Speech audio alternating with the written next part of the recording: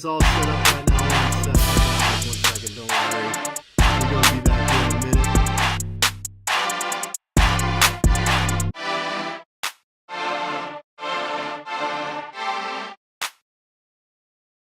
All right, it's a big night. All right. I'm joking, guys. I'm going to be honest. I don't know what we're going to do with this draft. I'm going to be honest. I don't even know if you guys heard my little spiel there for the last minute while I was trying to get this all set up. I don't even know if you guys can hear me right now. I'm going to be honest. But, you know, it's like, I'm like, it's just, I don't know who we're going to get. I truly don't.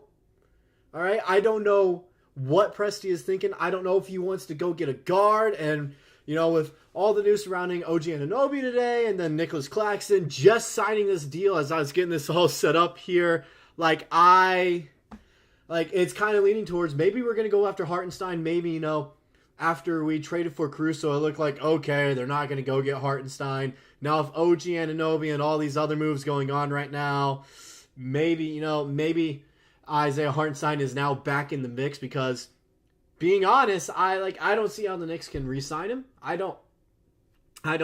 looked at it, their second apron tax, they're able to go to $16 million, and I know Isaiah Hartenstein's looking for $20 million over the next, per year, make anywhere from 40 to 50 over the next two.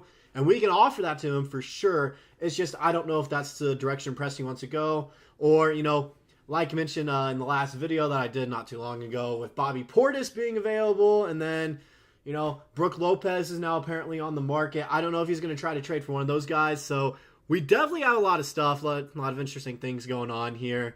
But I'm just curious. Let me know what you guys think is going to happen in this draft. I personally think what is going to happen, which is a dream scenario for us, I believe.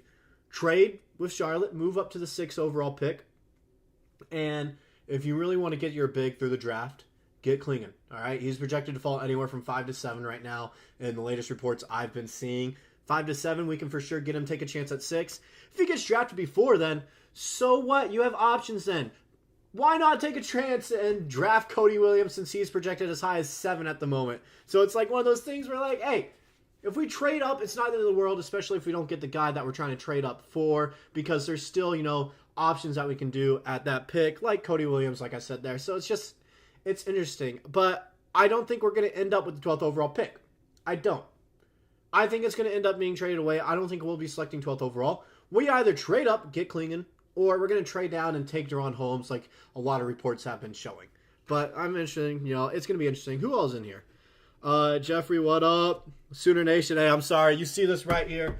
You see this. You see this, baby. I can't put it on right now. Go Pokes, baby. What else? Who else we got in here? Let's see. DW, what up, man? What up? Thunder up, baby.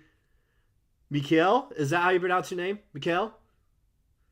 And let me know, phonetic spelling down there. I'm not the best with names. If you guys have watched the videos before, I'm not the best with names. But like you're saying, Hartenstein and Capella.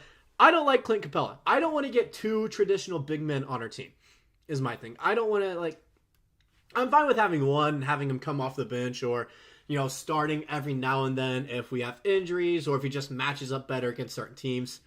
My thing is, though, I don't want a ton of traditional centers. That's why I like Bobby Portis and Brook Lopez look really good to me. That's why, I'm fine with choosing one of them. Hartenstein is the ideal selection. But Clint Capella, I don't see it with him. He's getting older. He's not in the prime like he used to be. But, if we have to, might as well. But we'll see. We'll see. It's just the draft. I don't know. I truly don't know. I've been thinking all day now. All right. First off, I had a great day. All right. In case you guys are wondering, I'm going to let you know how my day went while we're waiting on the draft here to start. All right. This is how my day went. Woke up. All right.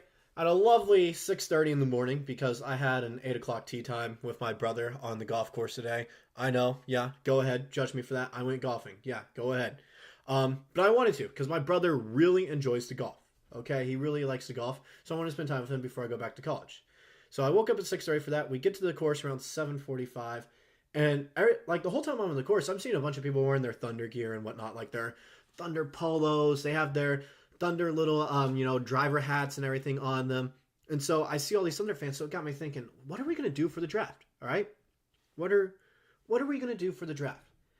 And I can't come with a clear decision. I can't come up with one. I truly, like, this draft, I don't want to say it's, like, necessarily weak. There's just a lot of uncertainties. Like, that's what it is. I feel like majority of these guys in the draft are, they're risk, all right? You don't know, like, they have potential. You just don't know if it's going to translate into the NBA. Like, Cody Williams is a big one, all right? I love Dove's brother, Cody. I love him. I watched his games at Colorado, okay? I think he has a lot of potential. The thing is, no one really knows if he's going to be able to translate that to the NBA. That's one of the things, it's so, like, this whole day I've been thinking that. When I went and got lunch today, all right, I was thinking of that too while I was eating my catfish. I was thinking, okay, who are we going to get? Saloon doesn't sound so bad. I see a lot of people always bringing up Zach Edey. First off, no. I am the biggest Zach Edey hater in the world, okay? I don't want him on my team. No, I don't. I think he is going to be he'll be all right. He'll be decent. He's not necessarily, like, I don't think he'll ever be a starter, all right? Maybe for, like, a rebuilding team when they have him on the roster, yeah, sure. Some team that's kind of tanking. I just see him as, a backup his whole career. That's what I see him as. So it's like, it's just one of those things where, like, I don't necessarily see him, if you're a team competing for a championship, you already got your center position locked down, you just don't know about a backup, go ahead, in which I can kind of see us. But the 12th overall pick, no. Zach Edey is a guy that should fall 20 to 22. I say, like, that's probably where I'll get drafted, 20 to 22 range. His range is 20 to 25. Okay, that's what his range is. So if we trade it down and we want to get him, I'm fine with that. But at the 12th overall pick, no. It's the same thing with Deron Holmes. It's just, it's a weird position, all right? It is a very, very weird position. But we're going to go ahead, look at the chat some more here. Maybe the Pokes have a chance to win the Big 12 since we left. Hey, you're not wrong. You're not wrong. You're not wrong about that. OG and Capella, yeah, like Jeffrey just said there, OG just signed a new deal with the Knicks, which kind of opens up Hartenstein. That's what it does, all right? They aren't going to be able to keep him unless they trade away Mitchell Robinson for a bunch of picks. That's the only way that they are able to keep Hartenstein, which that's the case. I would like to trade for Robinson then. I'm very high on Mitchell Robinson. I think he's a great defender. He has potential. It's just he's injury prone, I know. But when you're a physical big man like that, that's bound to happen when you get injured. What else do we got here? Do you think it's possible to get Isaiah Hartenstein for the money he wants and Klay Thompson for the years he wants? Maybe in sign and trade. I don't think so. I don't think that's possible. Just being honest, it's one or the other. Klay Thompson's going to get a deal worth $20 million. Hartenstein's going to get 20 to 25. We only have 33. All right, I don't think a signing trade is going to happen. I don't think Golden State wants to offer him the contract. And like I mentioned as well, there's a lot of uncertainties going on, like right now, tonight in the NBA world. And there's a lot of uncertainties going on in Golden State regarding Klay Thompson because they have to decide, do they want Chris Paul on the team? That's the biggest decision they have to make before Klay Thompson. And if they want to pay him $30 million. If I'm Golden State, no. You don't do that. You don't pay Chris Paul, all right? You don't pay CP0. Thunder legend, but you don't pay him. He's not going to, he's just running out of time. What else we got?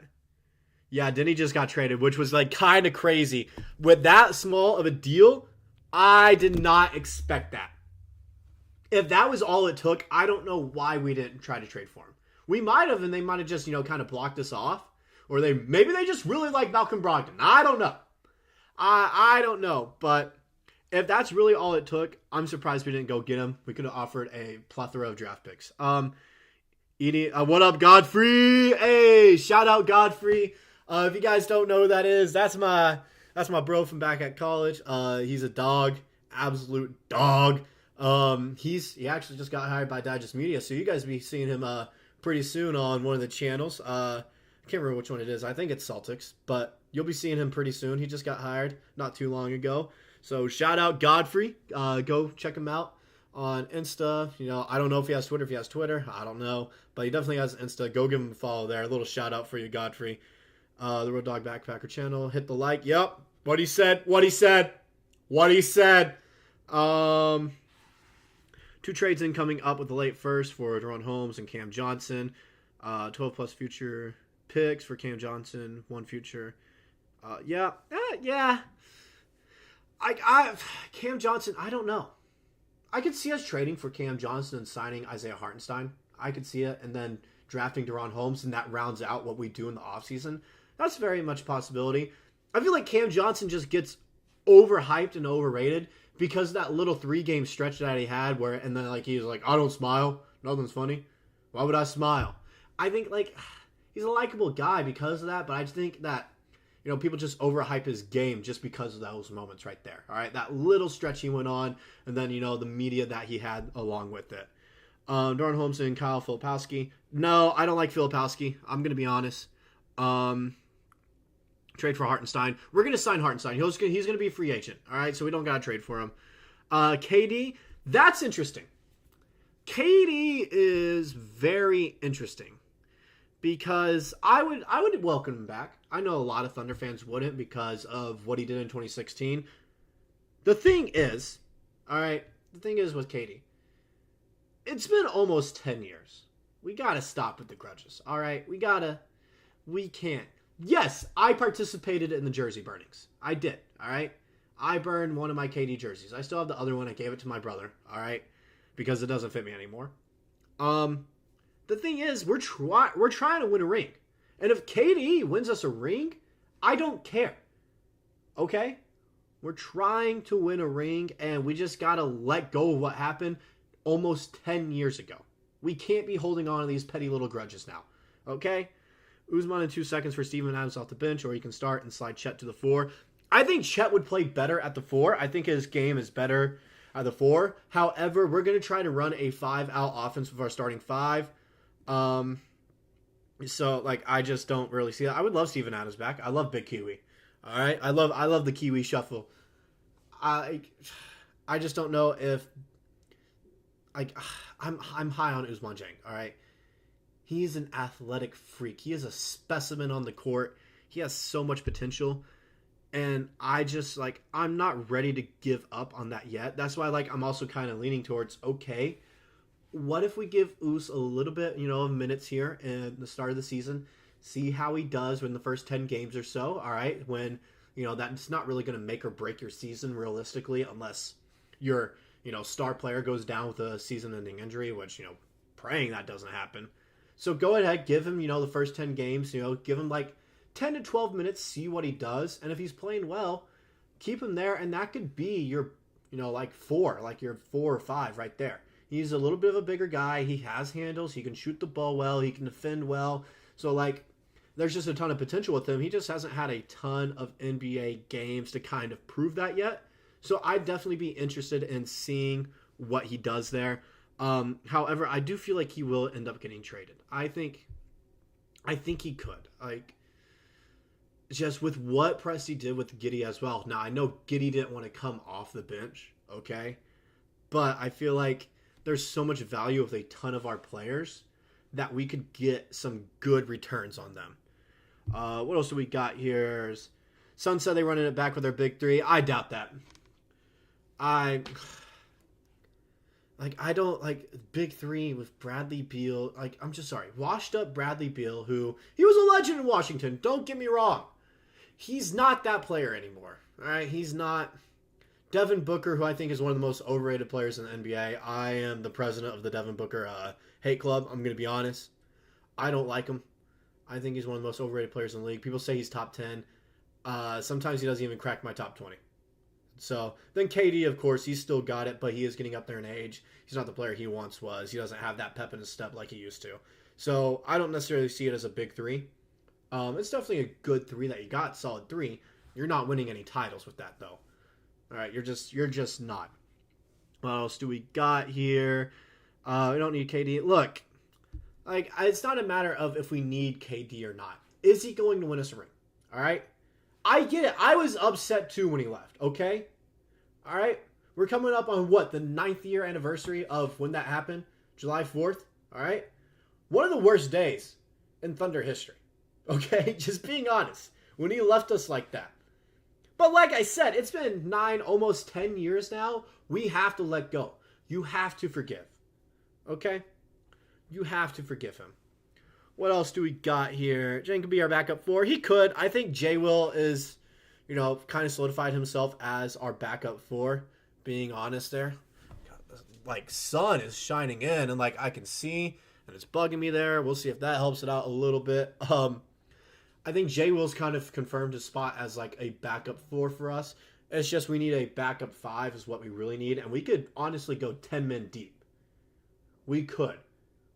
And so usually a lot of teams, they go 8-man deep, and so that allows us to trade some of our guys and, really bolster up our lineup and be a super team. But realistically, going 10-man deep and getting Isaiah Hartenstein, I feel like that already makes us a super team. It gives us the best defense in the league, all right? We have 3 young stars who could potentially make their way into, all 3 of them being superstars next season, with Shai, who's already a superstar MVP candidate, Dub, who could have an all-star season next year, and Chet, who will be an all-star. And so it's definitely interesting. What else do we have before the draft officially starts here? I can hear Adam Silver talking in my head right now. Isaiah Hartenstein, yeah, he's free agent. Realistically, De Silva. I like De Silva. All right? I like De Silva. Sar, I think Sar's going to be an Anthony Bennett. I'm sorry. That's what I see. PG-13 and Clay. Paul George, not bad. Klay Thompson, no. We got plenty of shooting. We got plenty of shooting. I don't see the need for it. What do you think to get Jarrett Allen in a trade? I don't know. That's a good one. I don't know if I necessarily want Jarrett Allen, going to be honest. He's a good player, all right? Good defensive player, all right? Good board man. I just think we need to spend money. And so we might as well get the best center in the market in Isaiah Hartenstein and have him be our backup big, where he has experience being a backup center. All right. And we'd have the best, we'd have the best rotation in the NBA. Just being honest. We could compete with the Celtics. We could. All right. Everyone would be talking about who could stop the Oklahoma City Thunder or Boston Celtics. That's all anyone would be talking about, instead of who would be able to stop the Celtics. We'd be in their conversation as well.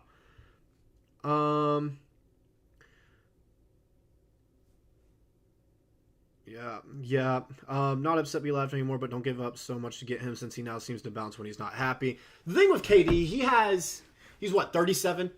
36, 37? 36, 37, like, I don't know. And so he's just he would come to OKC and finish his time here, realistically. That's what would happen. Because he has 2 or 3 years left on his contract. As soon as he's done, I think he's done, because he'd be 40 once that contract expires, I believe. I got over it about 2 years after it is what it is. He made a decision to better his career. I don't blame him for that. Exactly. He wanted to win a ring. He wanted to solidify his legacy, and he did that. He won 2 rings with Golden State. He can now for sure make it in the Hall of Fame and be in those, I don't want to say GOAT conversations, but definitely top 25 all time. Potentially even if he wins 1 more ring, top 10. So I definitely see it. Pretty sure he's 35. Let me look that up real quick. Yeah, he's 35. All right. 35. He's about to turn 36 in September. I think it's about to start. I think the Hawks are about to be on the clock here. I think Adam Silver just stopped talking. They're about to start it up. It's going to be huge, which I'm interested to see who the Hawks draft first. That's something I'm really interested in seeing, because consistent used to be Alex Sarr. And then he declined that workout to kind of try to go to the Wizards, who just traded Giddey. And so it leaves it open for Alex Sarr to be this cornerstone, building block for the Washington Wizards. And so it's definitely interesting to see what happens there. I can see Alex Sarr going 2 to Washington. It's just that first overall pick. Now there's a lot of clouds and questions there. There are already a lot of questions and concerns about where like certain players were going to go. Like Zach Edey is one. Is he going to find his way into the lottery? Is he going to stay around 15, 17 where a lot of people have him to like the Lakers or Raptors? Or is he really going to fall like late first round?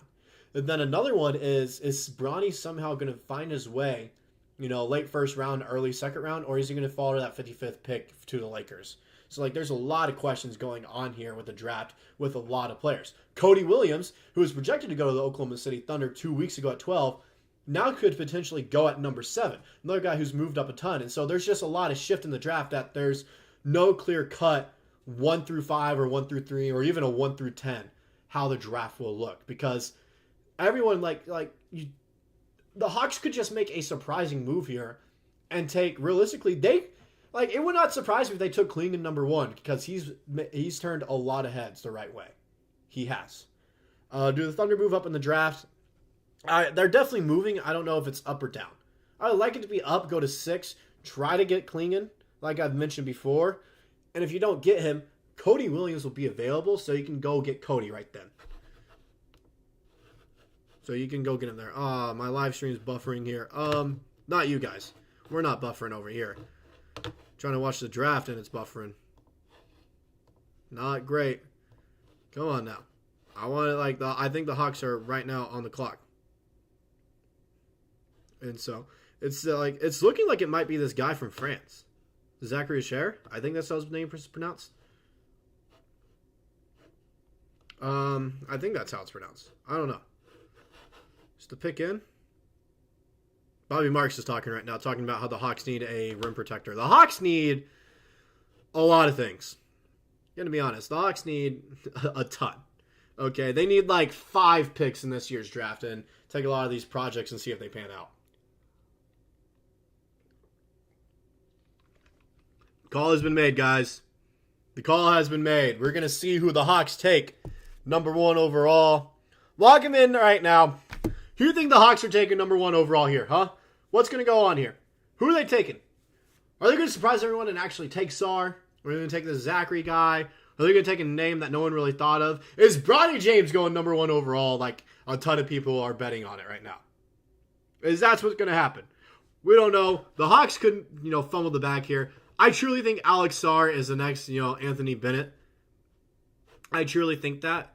And so I feel bad for any team that drafts him. Now, we'll come back to this video in 3 years and see how that works out. But, I truly think he's going to be an Anthony Bennett type player where he just does not work out. Yeah, where it just doesn't. I would wait for next year to try and trade up for Cooper Flagg. The thing is, next year, I think we're trading all our first round picks. I think we're going to trade all our picks to either A, get a star, or just, get some other returns in them. Because realistically, we have 5 first rounders next year potentially. What need do we, why do we need those? I get it, keep the highest pick that you have and then trade the rest. But, realistically, why? Why do we need 5 first rounders when we're done rebuilding, when we're in win now mode? You can trade those picks to another team that's looking to instantly rebuild right then, especially next year's draft, which will be kind of decent. All right? So it's one of those things where, I see us trading 4 of our picks, keeping the highest one, and then just taking the best available. So next year's draft will be interesting. We'll come back to this in a year. We'll come back to this in a year or so. Cody Williams and Deron Holmes. That'd be nice. It'd be nice. Some big trades, yes. Yes, I'm expecting Presti to make some sort of move tonight. I don't know what it's going to be for. I don't know who he's going to trade for. I am expecting some move tonight in the draft. Because I think it's every draft since 2018, he's traded during the draft. And so, I think it would be, really likely we do trade. Okay, Jeffrey, you got me with the phonetic spelling here. It is Risachi? Risachi, right? Right? Kind of sounds like hibachi, but Risachi. I think I got it. I think I feel confident in that one. All right. The pick is in. Is it going to be Alex Sar? Is it going to be Risachi? Is it going to be Bronny? Is it going to be Zach Edey from Purdue?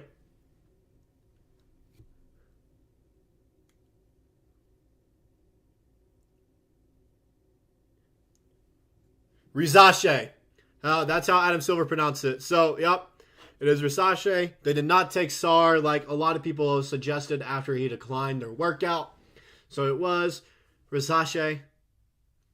Pretty, I'm not mad about that, I think the Hawks got a good guy. Now, there's not a whole lot of instant NBA readiness in this year's draft. And so it's definitely someone, he's going to play for the first year, develop a little bit, and then in his second and third years when you really start to see oh man, he has a ton of potential here. He's about to be a threat for the next 4 to 5 years. That's how I kind of see him. All right? He's not going to be no Wemby. He's not going to be like any of these guys. But anyways. So that's interesting. That's interesting. I don't think it's kind of any surprise movements there. I think that is what majority of the people saw the Hawks doing there after Sarr declined, going to the Hawks pre-draft workout there. There he is, dapping up Sarr and Saloon, I believe was right there. I believe that was Saloon in the draft I'm watching. Apparently I didn't do a good job spelling it out. I'm just horrible with names, man. That's something you guys are going to learn from me. I'm just horrible with names. Going to be honest. Not the great guy. I'm not the best guy, at pronouncing names. All right. Especially those, European names. Oh, my gosh. Oh, my gosh. And so. But they're talking right now about how they compare, Zachary could pair well with Trae Young. Trae Young's a decent guy. He's a decent basketball player. I wouldn't say, much else about him. He's a decent basketball player. I don't think he's necessarily an all-star, but he is a, good point guard for the NBA. He is. And it could definitely be a good and interesting pair over there in Atlanta that they have going on now. So, it'd be interesting to watch next season. I'll definitely watch a few Hawks games just for, see Trae Young pull up from the logo. A little logo Trae action. Everything else, though, I'll check in to see Zachary's progression. And so, definitely interesting. Definitely interesting to see how it works out here. I try to spell it out like how Silver said it. Look, man, my worst enemy is the name. All right. That's my worst enemy. I am horrible at pronouncing some names. I am horrible.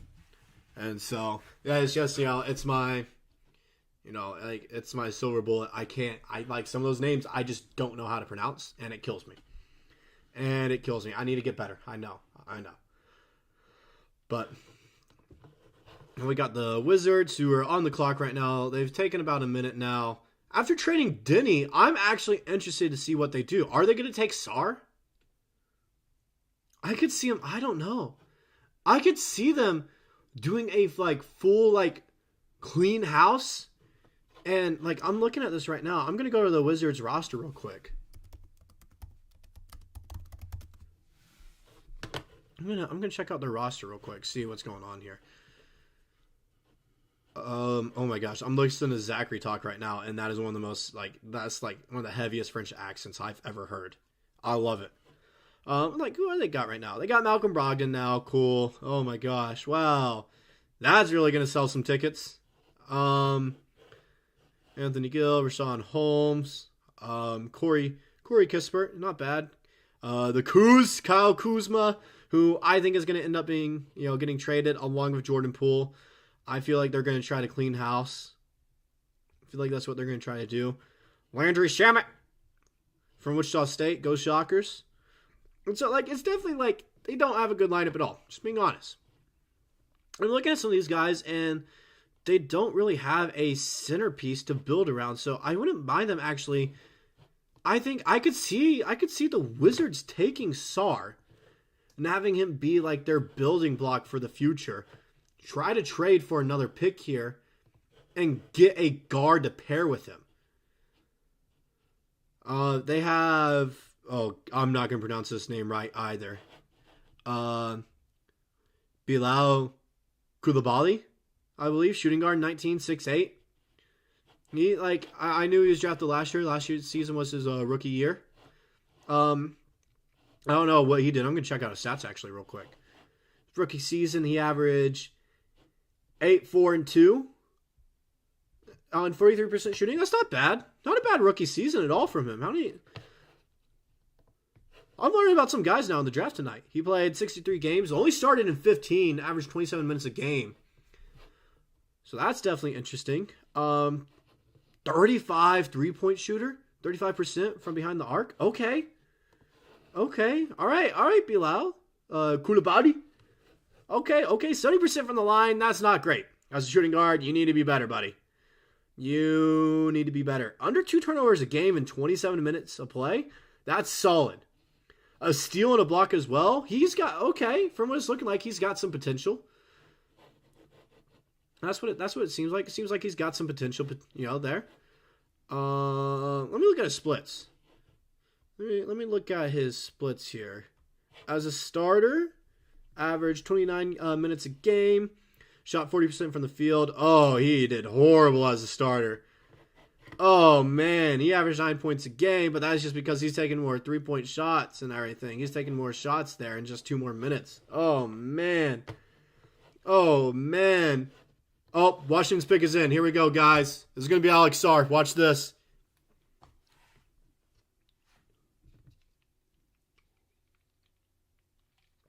Yep. Okay, so that's probably what they're going to build him around now, because I feel like if they want him to develop, they got to trade Kuz. I feel like they got to trade Kuz. I wouldn't necessarily have him trade Poole. OKC trade for Pool Party. No, please do not put the Pool Party. Do not put the Pool Party on my team. No, I do not need that. I don't need the honey. See you looking at me. No, I don't need him on my squad. I don't want the Pool Party. So I think what they should, like, realistically, if they want Sarr to develop the way that they want him to, they're taking him at 2 here.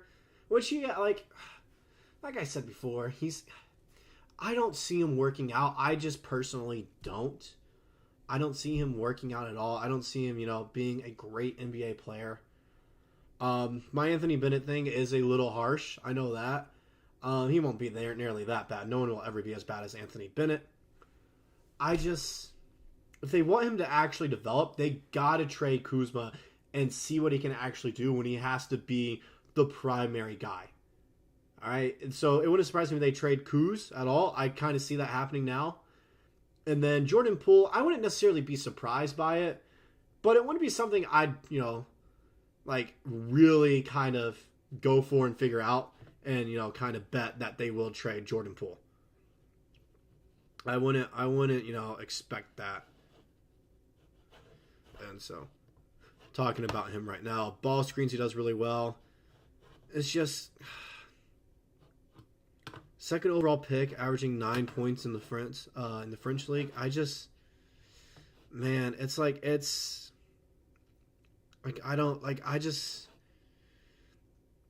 see that translating well to the NBA. I just don't see him. I don't see it.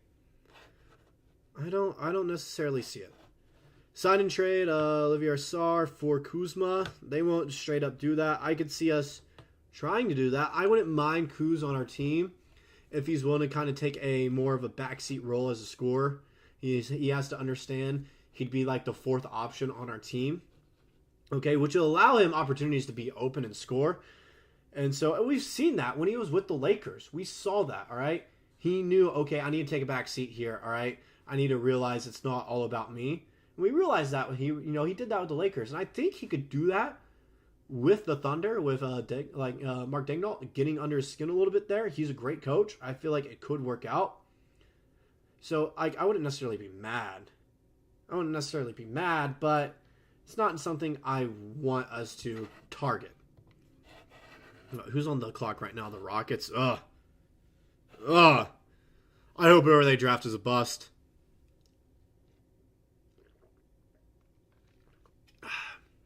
Shout out the Eskimo Joe's Cup. Fire. Best place to eat in all of Oklahoma. Eskimo Joe's in Stillwater. Oh my gosh. Any Oklahomans in here, please help me, attest to that. Eskimo Joe's, one of the greatest places to eat in Oklahoma. No doubt about that. The Rockets. Who would they take?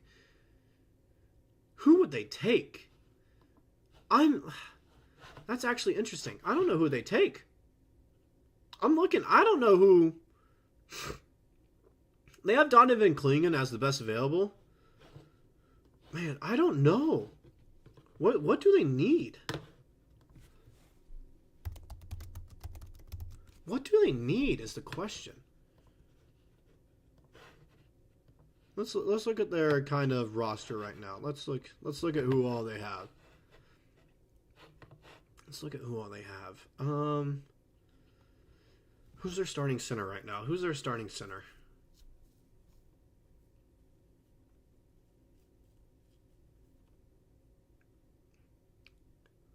I'm looking. Oh, it's Sengun. I forget he's a center. I forget Sengun's a center. Okay, that's why.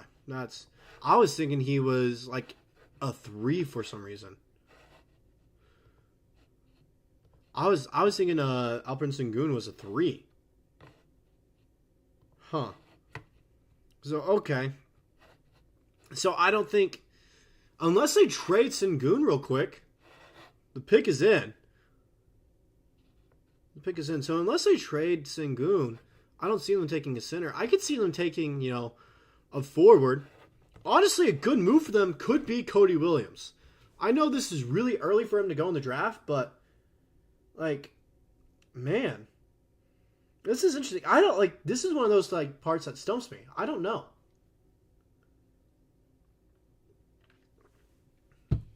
I do know the Spurs, what they'll do. They're going to build around Wemby, so they're just going to take whoever the best available non-center is to build him around. So I see him definitely taking a guard here with the next pick. Adam Silver's walking out real quick. I'll check chat as soon as this pick is up.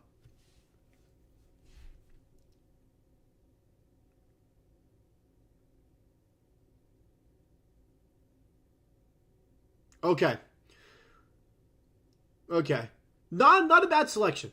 Not a bad selection at all. Gonna be honest, not bad. My parents are from Oklahoma, but I've lived in Texas with my grandparents since I was 2 months old, so I never got to eat at Eskimo Joe's. Hey, Jeffrey, anytime you come up to Oklahoma, make sure you make a trip to Stillwater.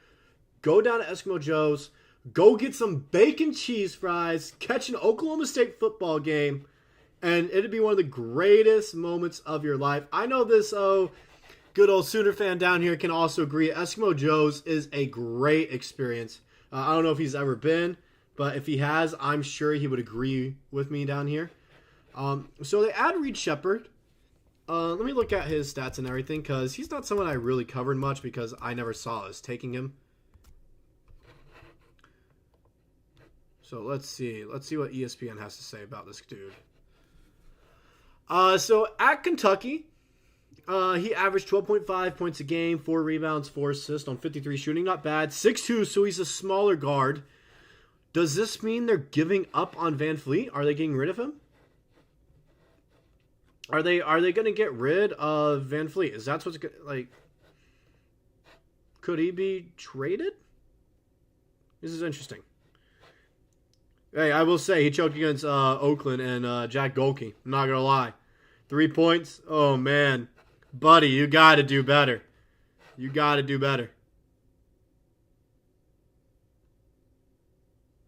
And so, but I don't know. That was interesting. That was definitely, Spurs. Okay, let's look at who all is available now. Let's look at who all is available.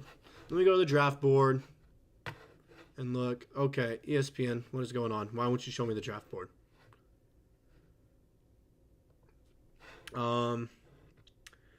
You think OKC getting Clingan? It wouldn't surprise me if we traded up for him. Wouldn't surprise me. More of a fan of the Sooners. Hey, as long as you're not a Longhorns fan, as long as you're not a Shorthorns fan, I'm fine with that. Okay? Horns down. Agree with you, Eskimo Joe's is good. Dude, it is.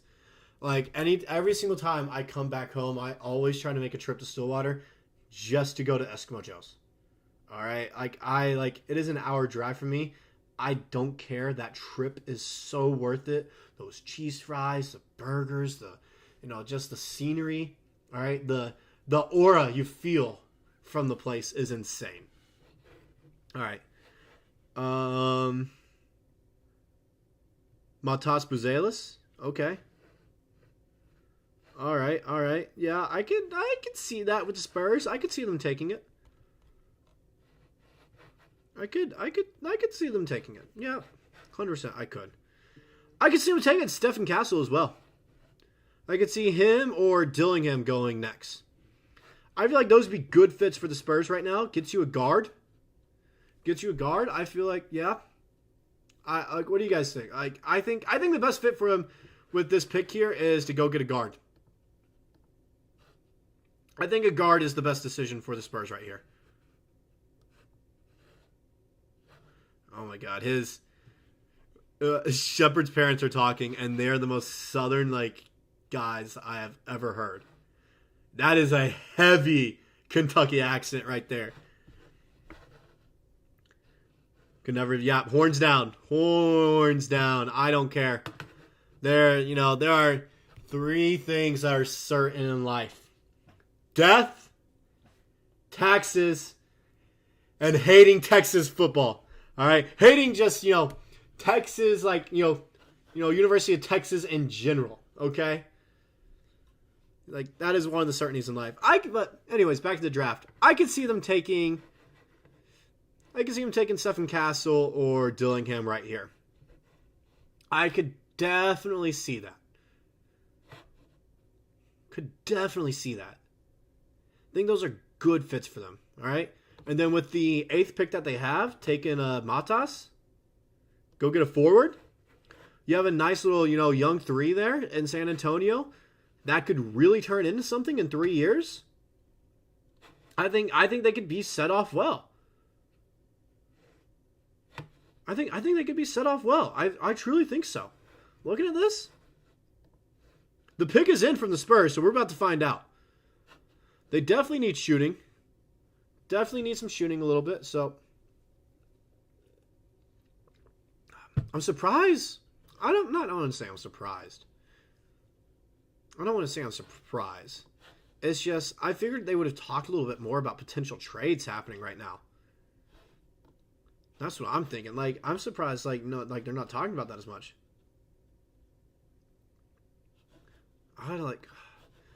Spurs. Who do they take? I'm not sure what you guys think. The better guard option here. Do you guys think it's Castle or Dillingham? What do you guys think? Because that's interesting. It is. It is very interesting because I don't know what they'll do. If you ever come to Texas, you need to stop at Buc-ee's. Don't worry. I know all about Buc-ee's. Don't worry. Okay? That is a constant stop anytime I'm driving through Texas. Don't worry. Also, that is one of the 2 great things that came from Texas. The other second great thing, Whataburger. Oh my gosh. Some Whataburger. Woo! All right. Adam Silver's walking out. Here we go.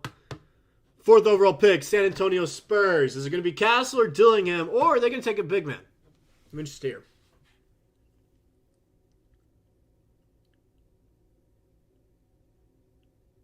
So is Castle. That doesn't surprise me at all. All right, that doesn't surprise me at all. I think that's a good selection for him. I think that's a good selection for the Spurs. All right, and then the 8th overall pick, if Matas is still there, all right, you take them. If not, you either take Saloon or Dalton Knecht from Tennessee. I feel like those are one of your 2 picks there if Matas isn't available. Then you have a nice little 3 pair there for the next few years in San Antonio that you can lock down. Nice little, 3 guard, or 3 combo there. I like that. The Spurs could do something good here. The Spurs could actually, give it 3 years when all these guys end up, getting used to the league and have a few years to, put on some more muscle. Because look at the transformation Wemby had. Compared to this time last year to now, it's pretty nice. So I'm going to look at the Spurs roster right now. Of course, we know they have Wemby. Of course we know that. I don't want to go to like the actual NBA.com roster because those are like confusing to me. I hate looking at those. Brahms over Whataburger. Yes. Tell them, Tobias. Brahms. Oh my gosh. Give me some Brahms right now. Give me a chocolate chip cookie dough shake from Brahms right now. All right, so Spurs roster. Not really anyone besides Wemby when I'm saying here. C.D. Osman, that's a name I haven't heard in a while. Jeremy Sohan? So, I'm not, I hate his last name too. I can't ever pronounce it. He's meh. I'm not a big fan. Vassell's not bad. Vassell isn't all too bad there. Everyone else, though, I'm just I don't like. They don't have a lot of good players on the squad besides Wemby. And then, they, Devin Vassell will be a solid role player, but he won't ever be a star. So I would like them to, keep them. I'd like them to keep Devin Vassell for sure. Now they have Castle, who'll be their starting one guard. And then go take a forward with your 8th overall pick and have a nice little three-man punch there. Vassell, nice little role player option there. Just go get another 4, or if you want to go really big, go get another big man as well. All right? If you want to, keep tanking and go get Cooper Flagg next year. Go do that. That would be... The Spurs could have a solid roster in 3 years. They could be favorites to win it all in 2028 or so. Now, that is very far down the line. They could definitely, it could definitely be solid, though. Definitely be solid. Man. San Antonio's building something nice. San Antonio is building something very nice down there. Who's next? Pistons. Team needs everything. That's what they need. They need someone just besides Cade Cunningham. That's what they need. Oh my gosh. I feel bad for majority of the Detroit sports fans. Oh my gosh. I'm sorry. You guys don't got much going on besides the Lions now. I'm sorry.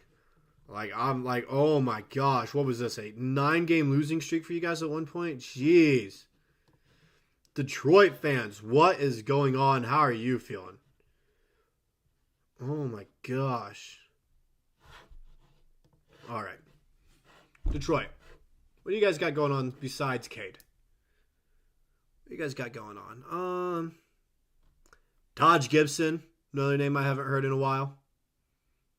Quentin Grimes, who will just be always be a solid bench option. Asar Thompson, who has potential. All right, the Thompson twins have potential there. So they have 2 solid players that they could kind of build around. They need, what I'm seeing here, because they're letting James Wiseman go. I can see him taking Clingan right here. Clingan's probably going right here. That's what I would say. I would say Clingan's getting drafted to Detroit. That's what I have going on here. Unless they're talking about a potential trade right now. Woj is talking about how a lot of people are trying to trade up and get Clingan right now. So we could see a trade here for number 5.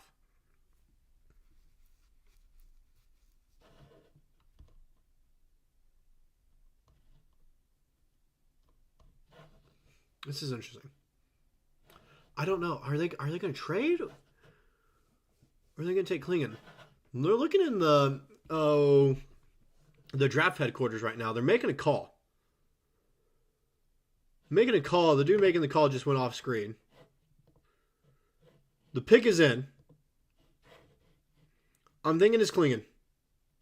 It's going to be Clingan. It's going to be Clingan.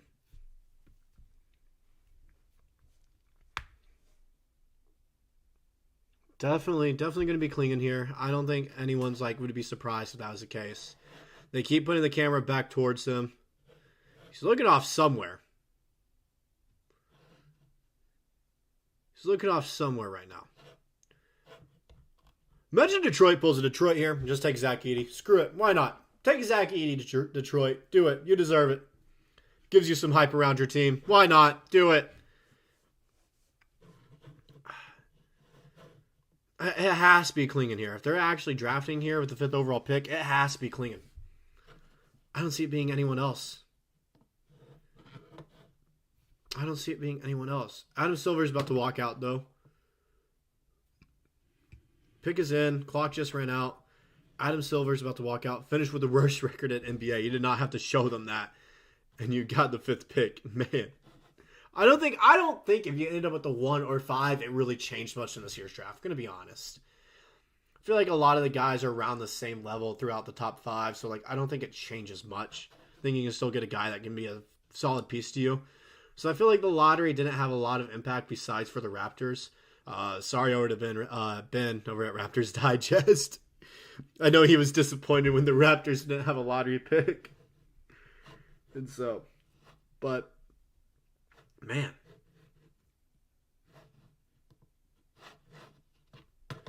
I don't understand why it's taking him so long to walk out and just announce the pick. We all know it's Clingan. Come on. Come on now. I need Silver to walk out here. Okay, here he comes. Have you guys ever noticed Adam Silver kind of looks like a gremlin with his big ears? Have you ever noticed that? Just me.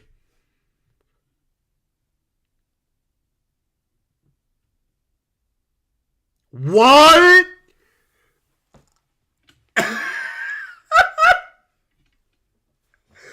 Oh my God. Ain't no way they just did that. Ain't no way they just did that. Ain't no way they just...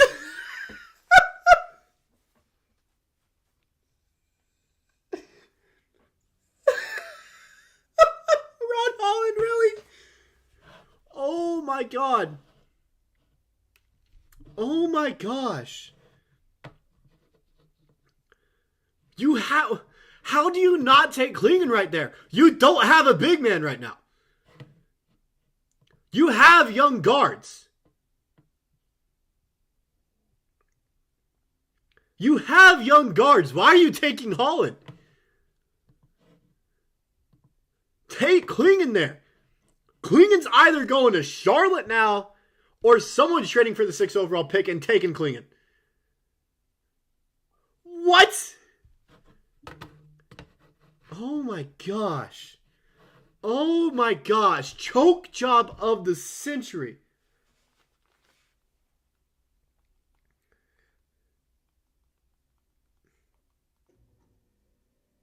How do you... That is... You have to take Clingan there. I'm sorry. If you're Detroit, I was looking at the roster just now. How? You have some depth at the guard position.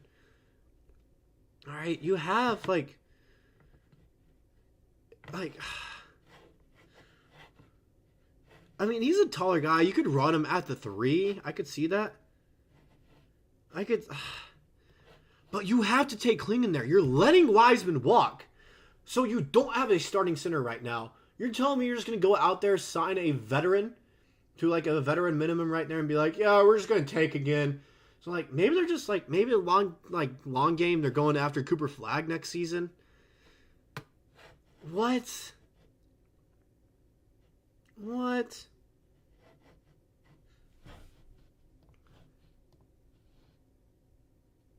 What? I don't understand. I don't understand. They're the worst GMs in the league. They are, man. They are. Oh my gosh. That was insane. Presti's sitting back happy right now with how this is going. Yeah. It wouldn't surprise me if we tried to trade up and get Clingan there. It wouldn't. It would not surprise me. This is something that's been talked about a little bit with some reports. Hotspot, yeah. I've seen you a bit in the videos, man. I've seen you a bit. What's up, man? Clingan would be perfect with Charlotte because of Micic. That ball kid is injury prone and trash. I don't think he's trash. He's definitely injury prone. He has, LaMelo Ball has potential. It's just the fact he is injury prone, so you're never going to fully see it. But I could see if Charlotte does take the pick here, they take Clingan for sure. No pick has been made yet. No pick has been made yet. Okay. All right.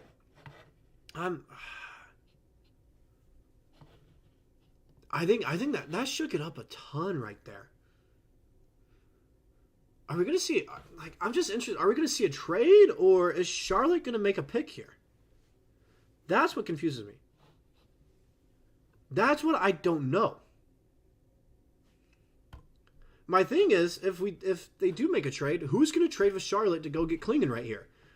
Because that's what the race is for now. Because a lot of people consider Clingan like I know a lot of GMs consider Clingan one of the best, if not the best prospects in the draft. A lot of people had him in the top 3. So being able to get him at value at 6, all the way down there, potentially even 7 now at this point, because Charlotte has a tendency to choke it a little bit. Wow. What's going to happen now? What's going to happen? If the Thunder trade up and get Clingan, do you think they still pursue Isaiah Hartenstein? I don't think so. If they trade him and get Clingan, they won't pursue him. But if they don't get Clingan, they get a forward or a wing guy out there, then they're definitely going to pursue after Hartenstein heavy. And so, it's definitely interesting now. I don't know what's going to... Hartenstein is too much. I don't think Hartenstein's too much because it's just going to be on a 2-year deal, and we have to spend the money. We do, and so I'd rather us spend the money on someone that's actually going to contribute instead of on some guy like Klay Thompson, for example, who is going to come off the bench. He'll be unhappy, and realistically, he's not the shooter he once was, okay? So I feel like right now, the best value would be Hartenstein for a 2-year, $50 million deal. For sure, get him. As soon as his contract expires, we're able to extend Dub and Chet as well, lock down our top 3 for years to come. Wow. Who is Charlotte taking? The pick is in. Who are they taking? They, I'm just looking around now. I just don't know, it's man. Also thinking this leaves a way for Cody Williams to follow us too.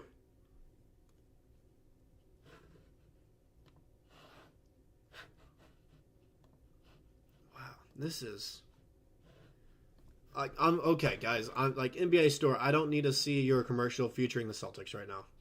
I don't. I just want to know who the Hornets drafted. Okay, that's all I care about now. I want to see if Clingan was drafted just now or not. That's all I care about. That's all I care about.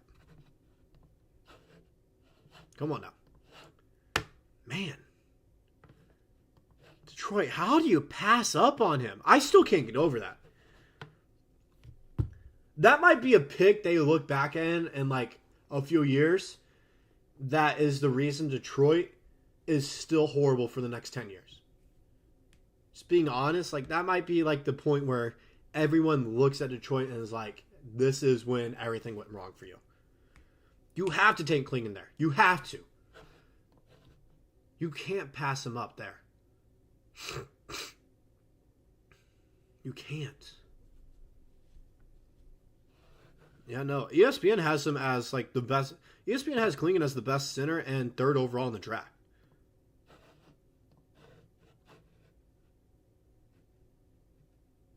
Wow. Does that mean they're trading a guard down there? Are they? There's no way they get rid of Cade, right? There's no way. There's no way. I'm just so confused now. I'm just so confused. I don't know what's happening. I'm just...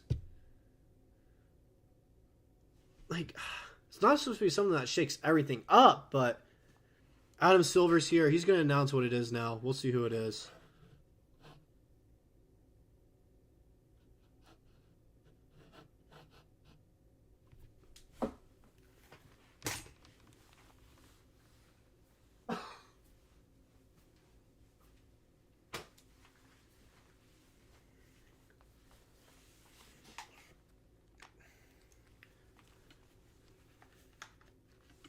Is there something up with Clingan or something?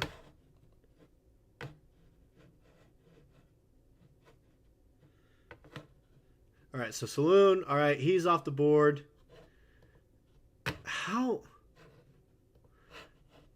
do you not... I just...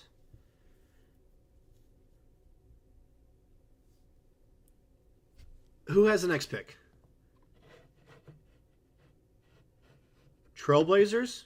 Could we trade with Portland? Could someone trade with Portland here?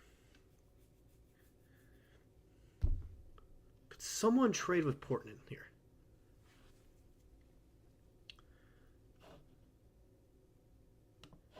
Like, this is... That's where I'm confused. How is Clingan not gone, is my thing. Like, how has he... Portland, oh my gosh, Portland. They got DeAndre Ayton, so I don't know if they take Clingan either. He could fall to the Spurs. Oh my gosh. Clingan with Wemby, oh my gosh.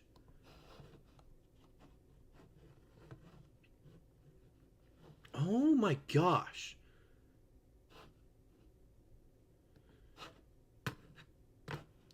Hoping we get Giddey. No, please. I've already went on my spiel about Giddey. I don't think he fits in with the OKC style of like offensive play, and B, it's just for a guy that that's just going to constantly be a backup in the league. I don't want to use a lottery draft like pick on him. Use that kind of salary for Zach Giddey. You know what I mean?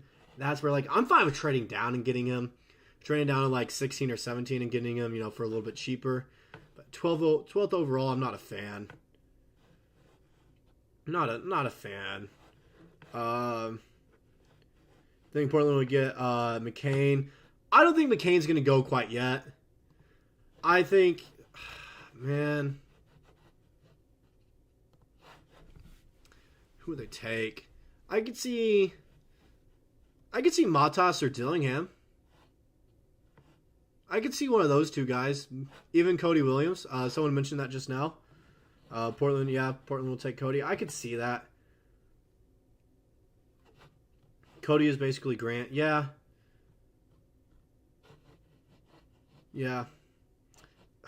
Man. That's actually that threw me off.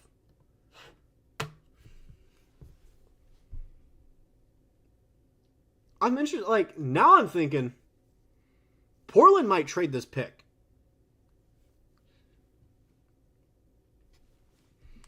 I wouldn't be surprised. Woj is talking. We're going to kind of listen in now a little bit here. That is...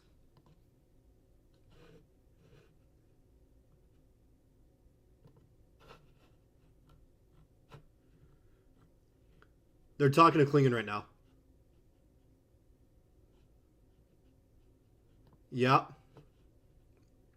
So, Woj is talking right now how it seems like Portland is very, they like Clingan a lot, apparently. They were hoping he'd enter the draft last year, and they were trying to see if they could trade up to for sure get Clingan. So, it's looking like Clingan is going to go to Portland, which leaves the Spurs to take Matas, like I mentioned earlier, or even Cody Williams. Portland pick is in. Yep. I think it's Clingan. He looks pretty happy. He's smiling a lot. It looks as though something's going on here. I don't know if that's his nervous smile or what. Lasted wind protection. So Clingan would definitely help that out there. It's going to be Clingan, right? I'm watching now.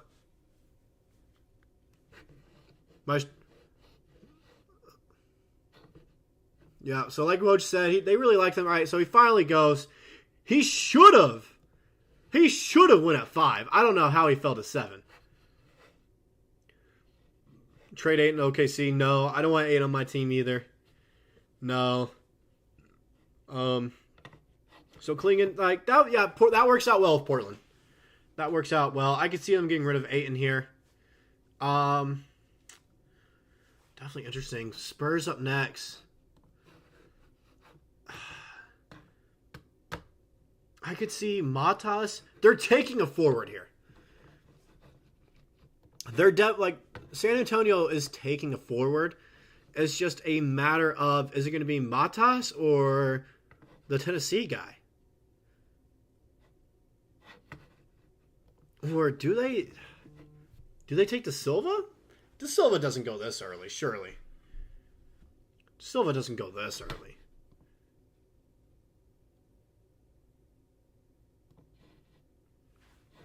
I'm just looking at this now. So I think what the Spurs will do, I don't know if they really want shooting or not, and so they might take Dalton. They might take the Tennessee guy. But if they prefer some more size, they might take Matas since he's 6'9", 6'10". Whereas Dalton's a little bit of a smaller three guy, but he can shoot very well. So that's interesting. That's interesting. That is okay.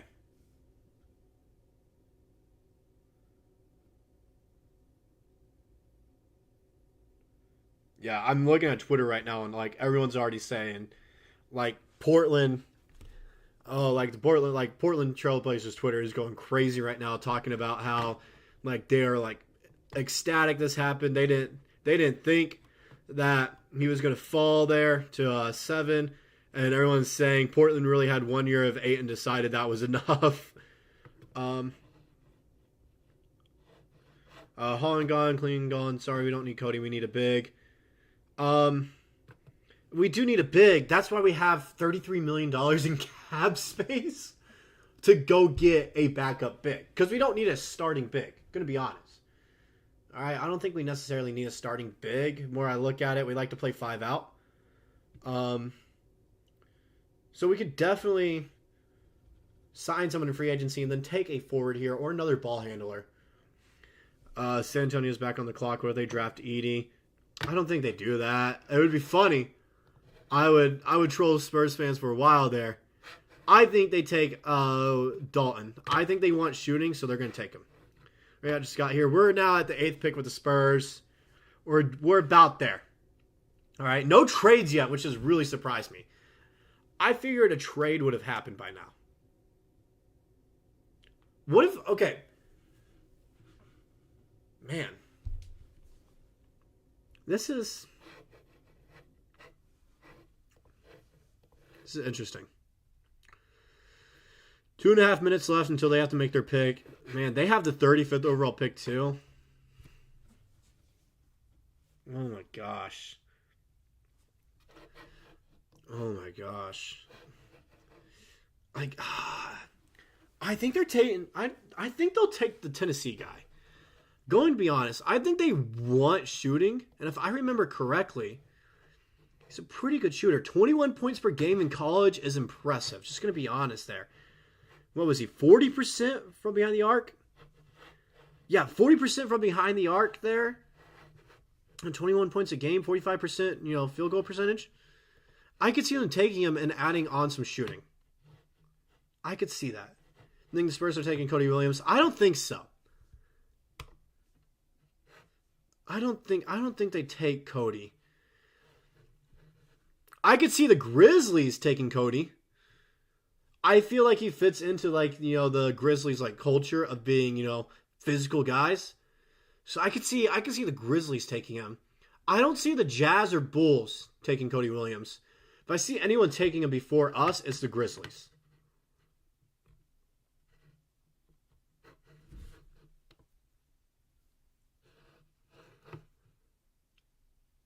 They're talking about Devin Carter right now on the stream or on the, where I'm watching it from, on the ESPN draft. They're talking about Devin Carter, I believe is what they were saying. Which would, man, another guard, a point guard? Would that really be what they want to do there? Are they really interested in taking another guard at the 8th pick? Could be. Really need a veteran season player, not another rookie. Yeah, we do. We do, which I feel like that's what we did with trading for Caruso, getting a veteran guy who's a hard worker, who's been in the league a bit, who, is finally ready to get a ring. And he's one of the better defensive players in the league. So it definitely worked out. The pick is in. They're focusing on Dillingham right now. So they're talking about it being a guard. That's what they're doing right now. They're talking about it being a guard, which would surprise me a ton. I think if I'm the Spurs, I'm taking a forward here. Do they really believe in Jeremy Sohan so much that they won't take a forward here?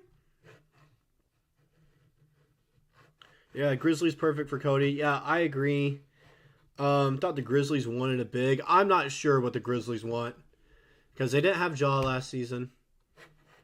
So I don't know. There is a world, though, still there, where Cody Williams falls to us at 12. And I would not be mad about that. Looking at it right now, the two guys I would not be mad at us taking the 12th overall pick, where it looks as though they're following us, is either Cody Williams or De Silva. I wouldn't be mad at either one of those. I wouldn't be mad if we got either one of the Colorado guys. But here it is. All right.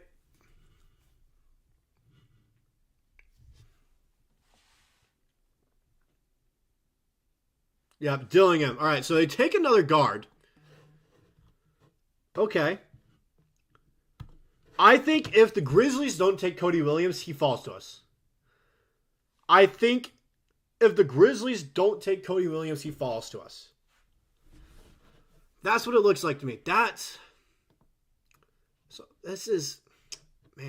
surprised me a little bit, though. I'm going to be honest. That surprised me.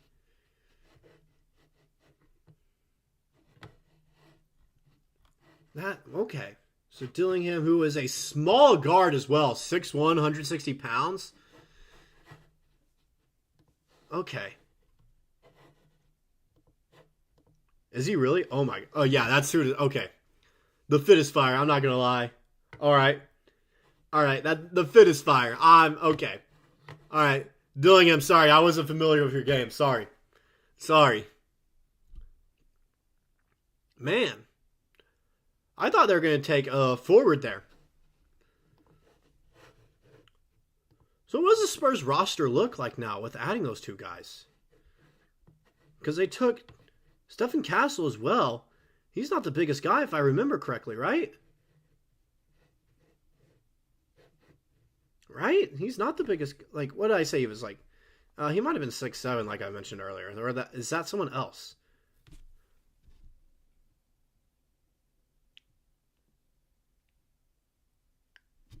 Okay, it's taking forever to load up for me right now. See what Stephen Castle looks like. Man.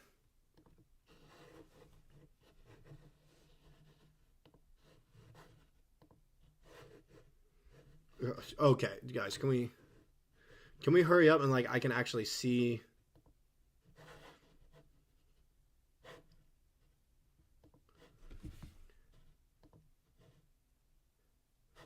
Oh, Minnesota made a trade.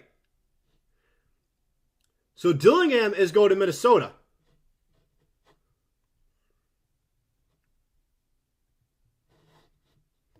So Dillingham is going to the Timberwolves. So I'm wondering what they just did.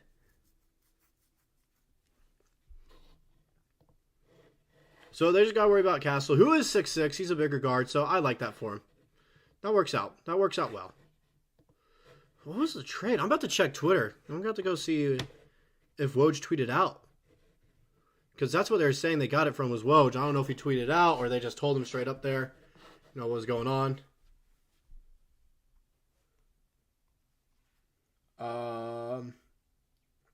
Okay, so more info about the OG contract. It is going to be $42.5 million per year, which is insane.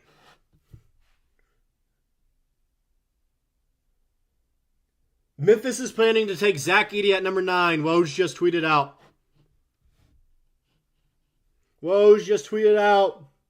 Zach Giddey to number 9 is what it looks like.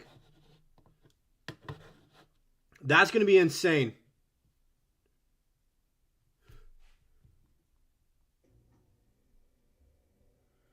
Okay, I wasn't expecting that at all. Edey to Minnesota?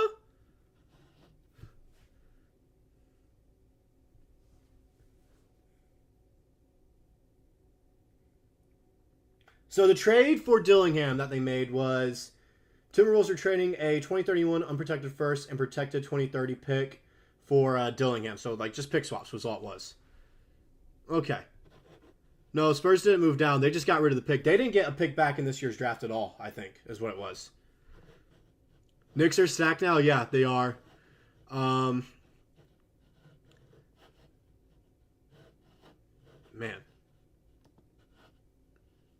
Zach Edey to the Grizzlies is what Woj tweeted out. So we're going to see. Which that I don't agree with. Wow.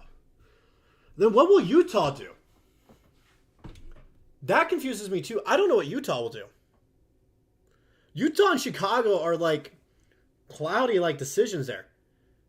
So if Zach Edey does go there, Cody Williams might fall to OKC, and then we might not trade the pick.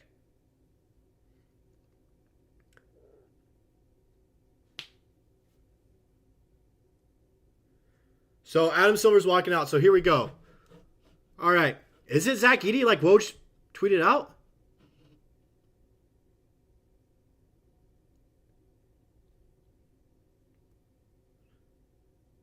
Wow. Wow. Wow. Wow.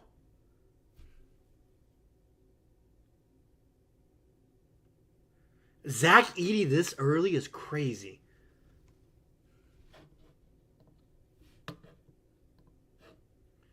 That's... What?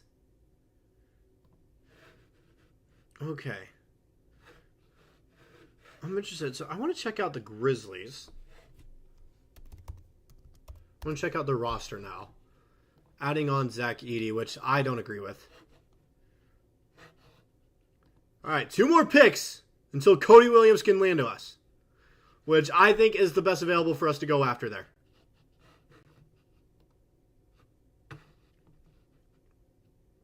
So, all right. So they add on Zach Giddey, who will probably, if I can look at the roster now, probably be their center. Probably what it'll be, their center. Zach Edey might be the starting center of the Memphis Grizzlies. What a world we live in.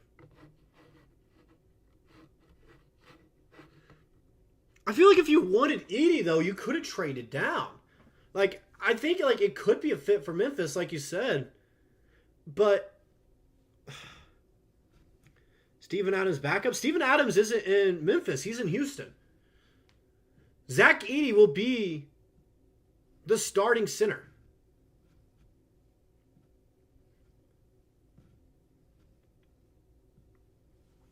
Wow. Wow.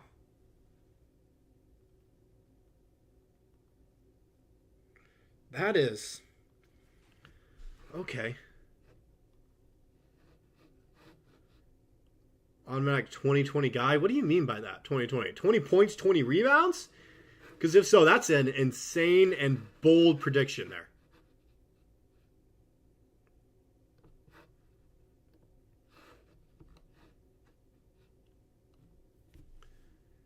They're literally saying Edey is what's going to make the Grizzlies contenders. No. No, he's not going to make them contenders at all. At all.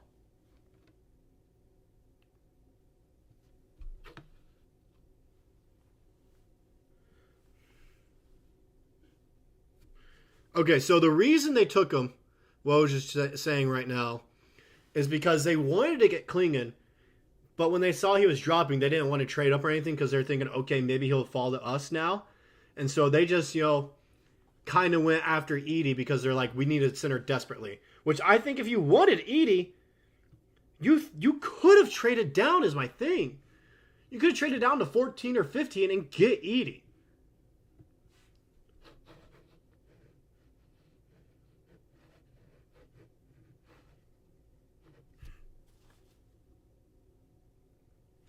Nets.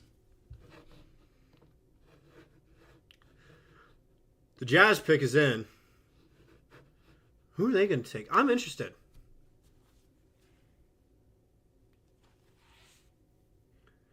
Silver's walking out, so that was quick.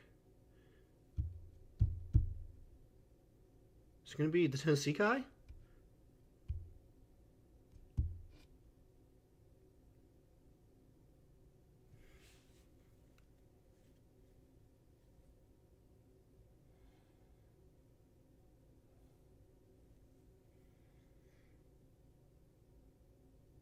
It's over.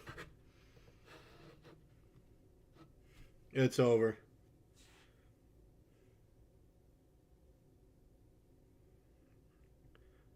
Presti, trade now.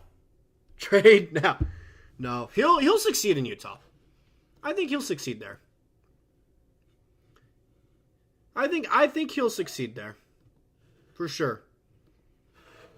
I just wish we could have got him. Vise would have been great. I know he's going to be a good player in the league as well. I have a good feeling about him. He has more potential than J-Dub, which is great. And they're together at the draft. That would have been, oh, man.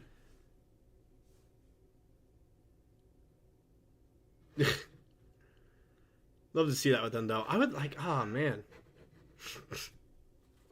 So if that's the case, trade down? Maybe.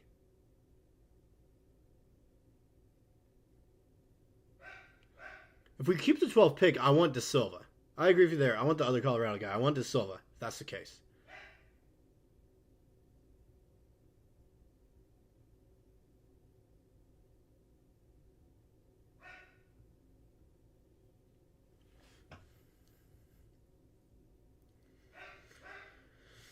One sec. My dog is going crazy right now. Hold on, guys. I need to go tell him to be quiet. I'll be right back.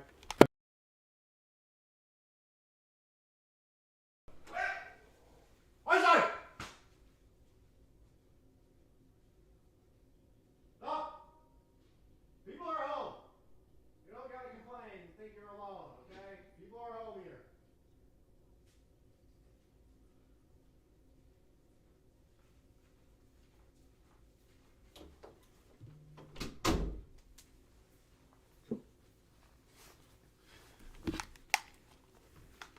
All right, I just had to go tell him to be quiet. All right, sorry, I had to go calm down the dog there.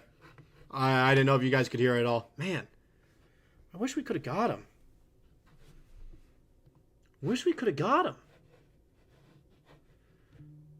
Yeah, De Silva. Yeah, De Silva would be the option then.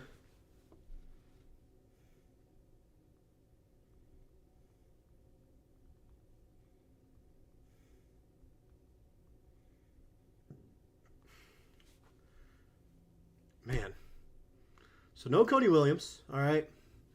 We can get De Silva, though, which I like. I do like De Silva.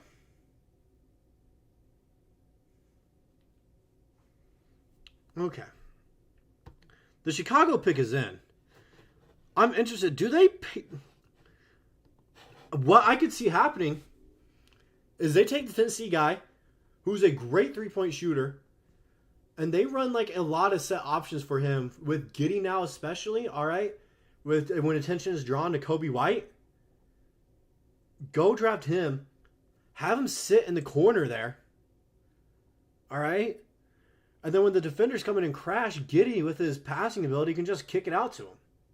I feel like Dalton, like the Tennessee guy, could be the right move for Chicago there.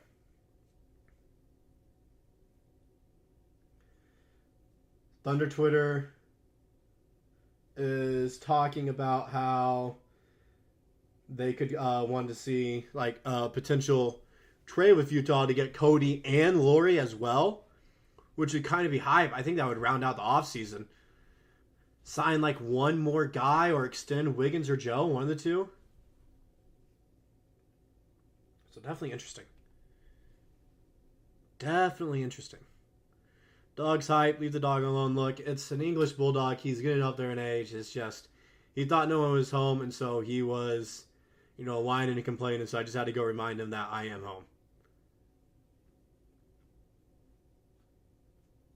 So, Isaiah Joe fell in the playoffs. I think it's just the fact that none of our guys really had ever been to the playoffs. So, of course. So, it's definitely interesting. I think the move for us is De Silva. De Silva or trade the pick. One of the two. I feel like now we could see us like trading down, getting Deron Holmes on a cheaper contract. Like, that could be the move. That could be the move. It could be. I don't know. So does Laurie get traded? I don't know if Laurie gets traded. I don't know. Like, I don't know. It's interesting. I could see a trade for Laurie happening for any team, realistically. I would like it to be the Thunder. I would, because I feel like that rounds out our squad. Put him at the 4. You can move Dub back to the 3, his natural position. Caruso off the bench, our 6-man. I think it'd be wraps for the league. Regardless if we add Cody Williams or not.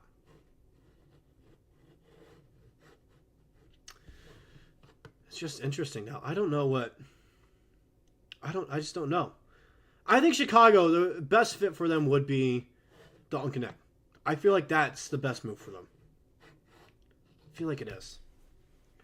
I'm going to check Twitter. I'm going to see if Twitter's talking about anything right now. See what's going on.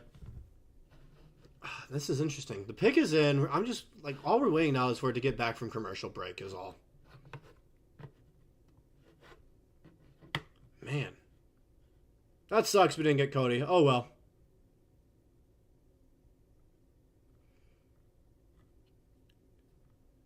Chet Holmgren posted that, and, he just posted Cody Williams getting drafted, and he just said tough. So you can tell a few guys are kind of, upset that we didn't get it. And so, a lot of people are saying reach and just go ahead and take Deron Holmes.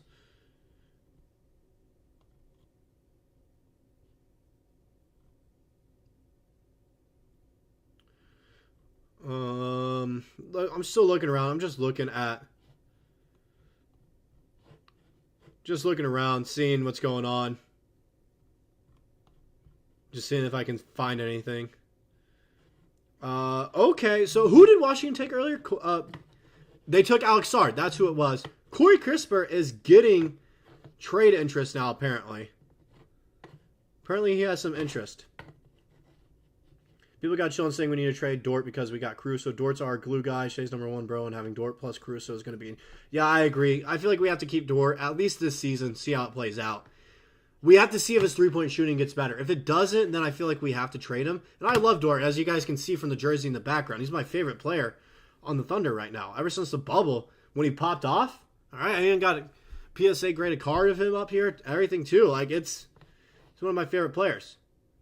And so here's the Bulls pick, and we'll get back to everything here. Then it'll be the Thunder pick.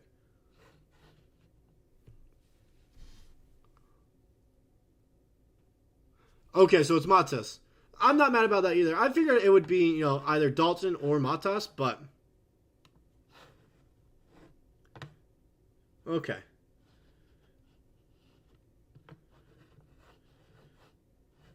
Yeah, I haven't seen Matas play either. I know he's more of like a physical guy, if I'm not mistaken. Joe has exceeded expectations. He has. I do agree, though, with you. Like, his shooting form has to get a tad bit better if he wants to be a true sharp shooter. I feel like he's not, like, a sharp shooter in the means of, like, when you see Steph Curry, who's going to dribble around, who can shoot off the dribble and catch and shoot. He's more of a Klay Thompson guy who is a catch and shoot guy. You know what I mean? I feel like that's why, he works out so well. All right. So it's the Thunder's time. All right. So the Thunder's turn to draft here. Okay. Oh my gosh.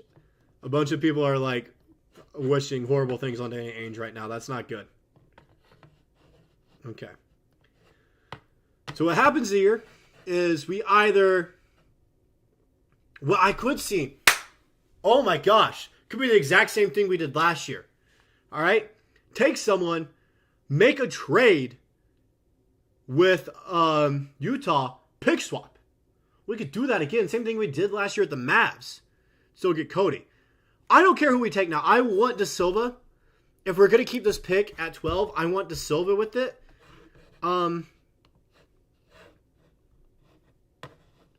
That's what we should take. De Silva if we keep this pick. If not, trade down to like 18, 19 and get Deron Holmes. That's fine with me. Caruso's been injured or played way less minutes. Last year he played a lot. I think he played 70 games last season. So he's been getting better. And Caruso, he would be a bench guy for us anyway. So his minutes won't necessarily matter.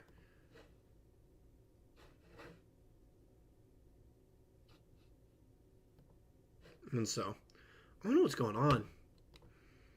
I'm actually like, I don't know what we'll do.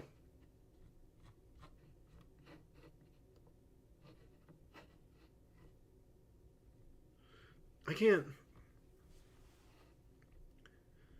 People are saying Bub Carrington. No, please no.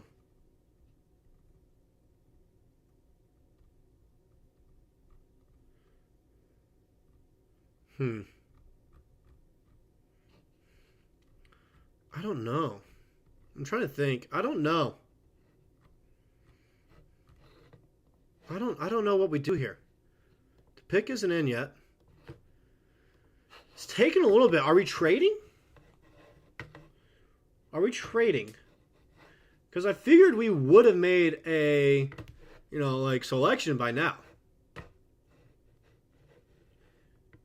Giddey for Caruso swap still got me hyped. Yeah, no, the fact that we didn't trade a single pick for Caruso, we still got all those, is insane. Just a straight up player swap. You don't see that very often in the NBA anymore.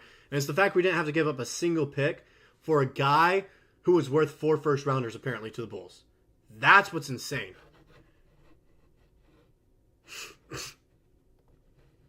Pick still isn't in and we're under a minute. I think we're trading.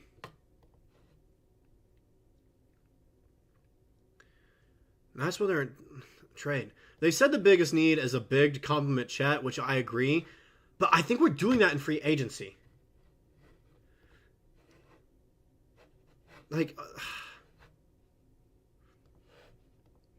Pick still isn't in.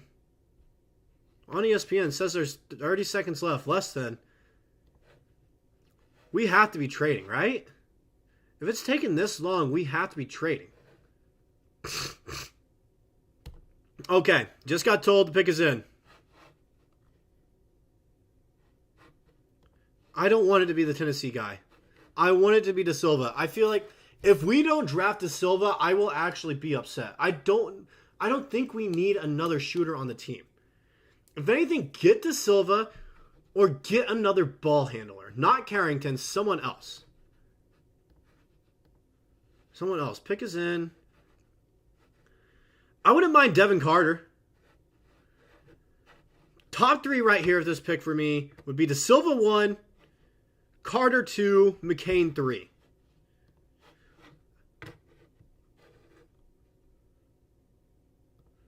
Oh, man. Y'all are a little ahead of me, so I'm not going to look at chat. I'm going to go ahead and look at the draft, the draft I pulled up in my window right now, see who we take. Because I don't want to be spoiled because you guys are ahead of me.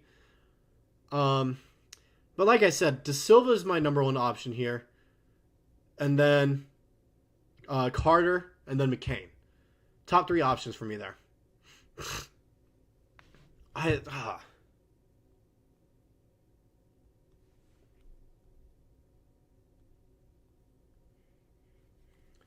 This is interesting. This is our only pick this year as well, unless we make a trade somewhere. I wouldn't be surprised if we went ahead and took Deron Holmes, even though I feel like if we want him, we need to trade down. So, this is interesting. I don't know. I'm trying to figure out. It's gotta be De Silva. I feel like that is the best option for us would be De Silva. And then maybe a pick swap. If we really wanted Cody that bad, we'll do a pick swap with Utah. This is interesting. This is interesting. Yes, we need a big compliment, Chet. I don't think we need perimeter shooting. We're the number 1 3-point shooting team in the league last season. So here comes Adam Silver. I am praying it is De Silva.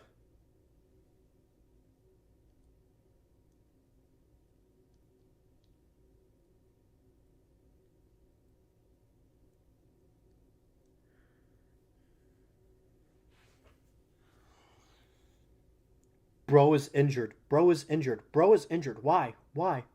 Why? Why? He's...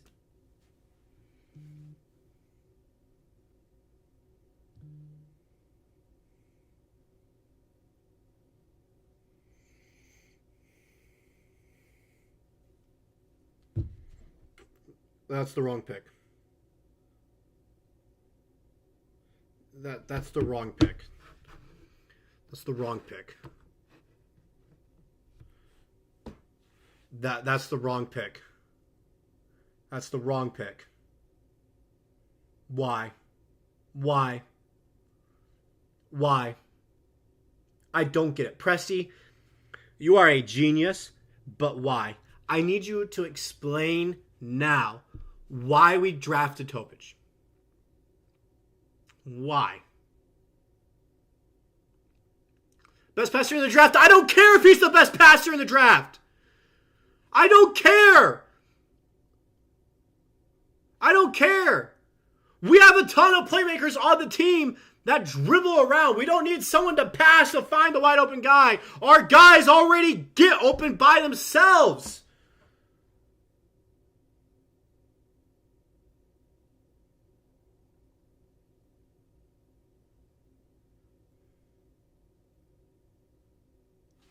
He's not even going to play next season.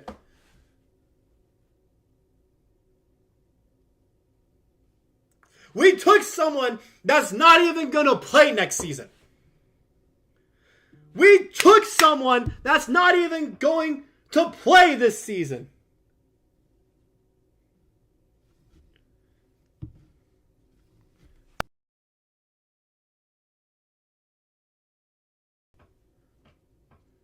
De Silva was right there. McCain was right there. You had so many options. You could have traded down and got Deron Holmes that we have talked about so much apparently that Presti made a promise to, and you take a dude who can't even play this season. We took someone who his best asset of playing is passing, and we don't even pass the ball. We don't pass. We are playmakers. We dribble all the time. We drive in. We go to the line. I don't understand.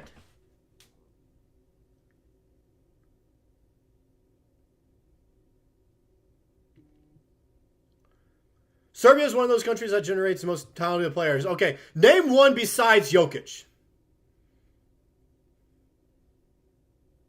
Richard Jefferson, name one basketball player that came from Serbia besides Jokic. We better trade him. I don't get it.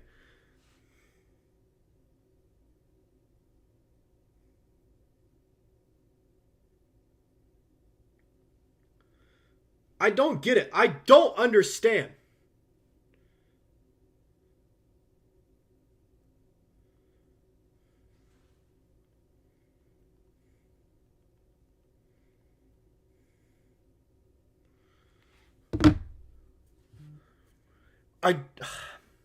We took someone,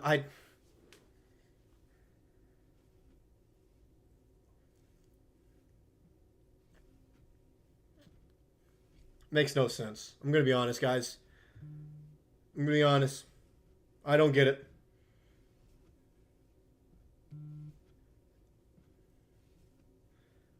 It's not that we have too many guards. We needed another ball handler. But for next season, we didn't need a ball handler for 2026. We would have had that figured out if we took a ball handler for next season, but we took someone that can't even play.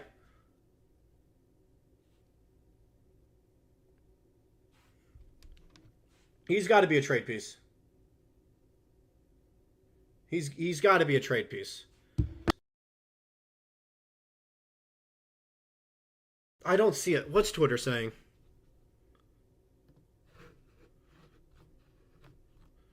The fact we didn't take De Silva is driving me insane. The fact...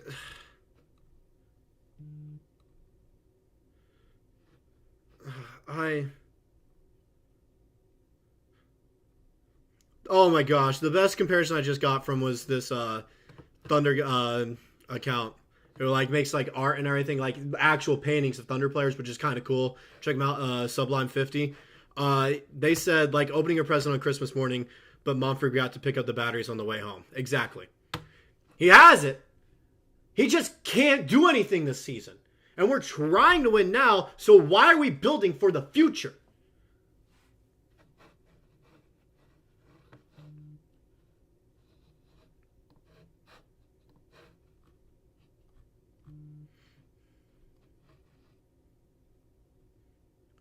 Someone said we traded Giddey just to get another Giddey. Yeah, that's exactly what we did. Traded a Giddey to get a Giddey to be on the bench who won't even be on the bench this year. Makes perfect sense, guys. Yep, good job. Good job, Presti.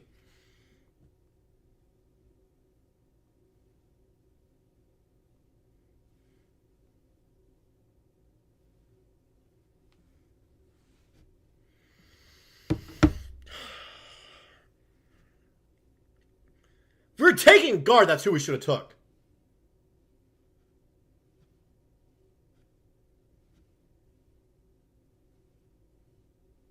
Who did they take? Yeah, they took Carter. Yep. You're welcome, Sacramento. You're welcome. You're welcome. We gave you that pick. We gave you that pick. Congrats. Portland's next. I don't even know what they'll do.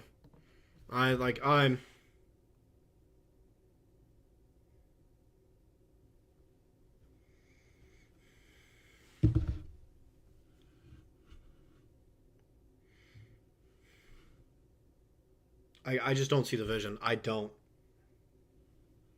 see the vision.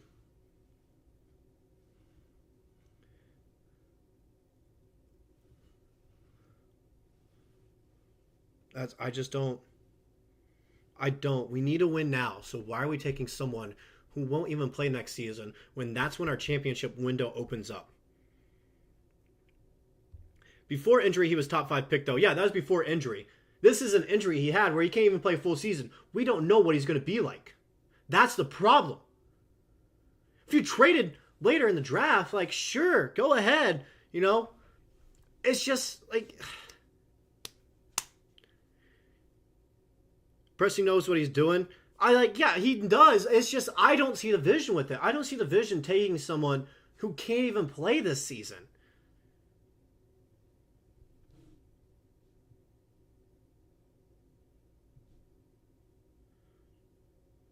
We need a backup guard. Well, yeah, we have a backup guard now that can't even play. So there we go. Who's going to run in the bench? I don't know. We're going to have to trade for Katie or something. I don't know at this point. I don't know. How many MVPs has he drafted? You got me there. Yeah, he's drafted 3 MVPs. None of those guys were injured going into the draft, that was my point. None of those guys were injured, and De Silva would have been a great piece for us coming there. Or Devin Carter. Devin Carter was the better guard option, in my opinion. Devin Carter was the better guard option.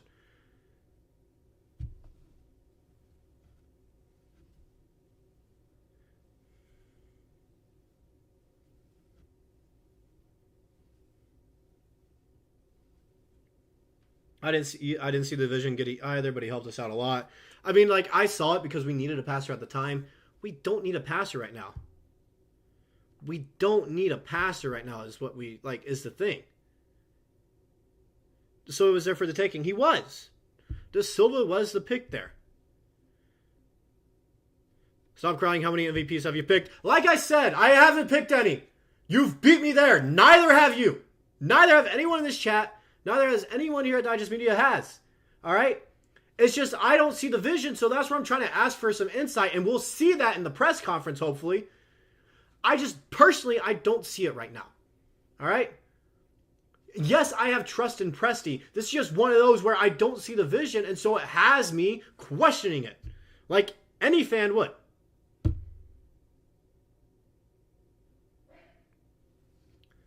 don't see Shai re-signing with us. He's ready to win now. We have Shai locked down until 2028, 2029.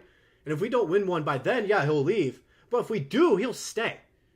He will. That's the difference. It's not like he's about to be a free agent. He'll be a free agent in 4 years. We just signed him to a big extension, and we can offer him another big extension in 2 or 3 years.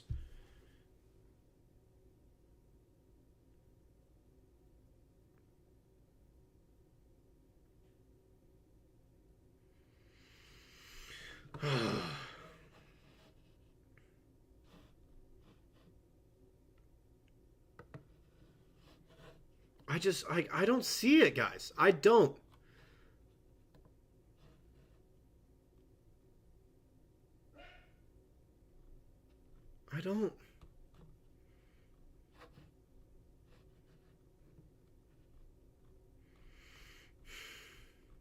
I just don't get it.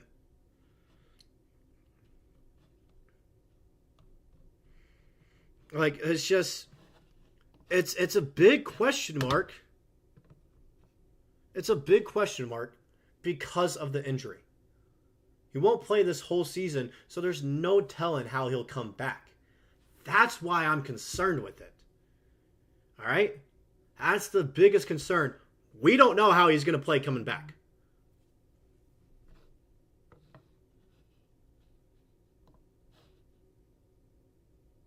There went Bub Carrington. De Silva's going to fall out of the lottery, even though we should have took him. De Silva is dropping. Dalton is dropping. This is...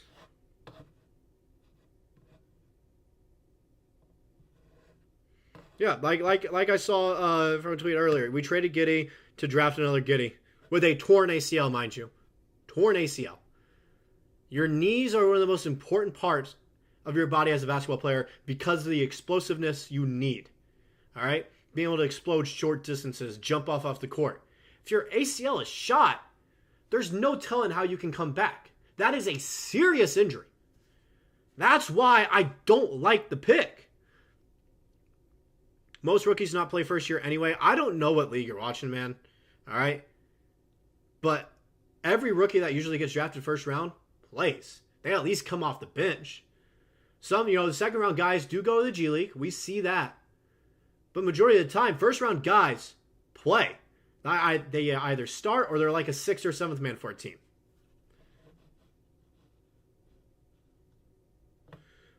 Okay, no, we're not going to fire Presti. No. Okay. I was with you with your first comment about we trade Giddey to get another Giddey. We're not firing Presti. All right? All right, I will back up Lee here. All right? We usually don't question the picks because he has such like a reliable, repertoire with taking guys, all right? He's one of the best drafters in the league. And so why would we trade him because of that? Or fire him for this one move? See what I mean? Like, that makes no sense, all right? And yes, we have all these draft picks. We have 5 next year, which we're probably going to trade in the regular season to add someone to our team. Probably what we'll do. Class is trash, so it doesn't matter who they picked. It's just there were some guys out there that could have helped us out. He has to be a part of a trade package, maybe the Spurs. I don't see who we'd get from the Spurs.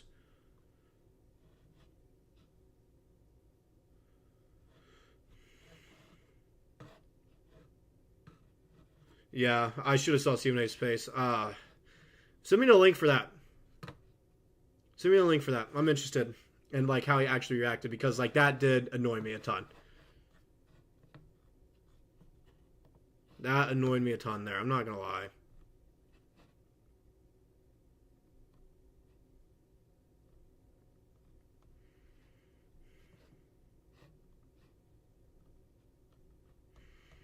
Like I get like you guys don't got to keep reminding me. I keep seeing it on Twitter.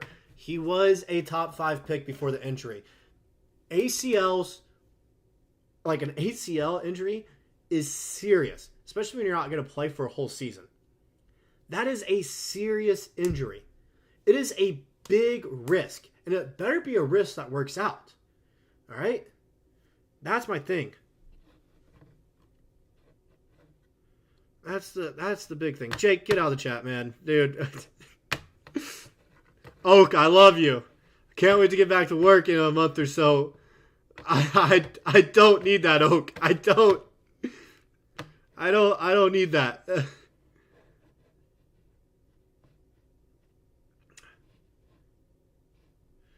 Ugh.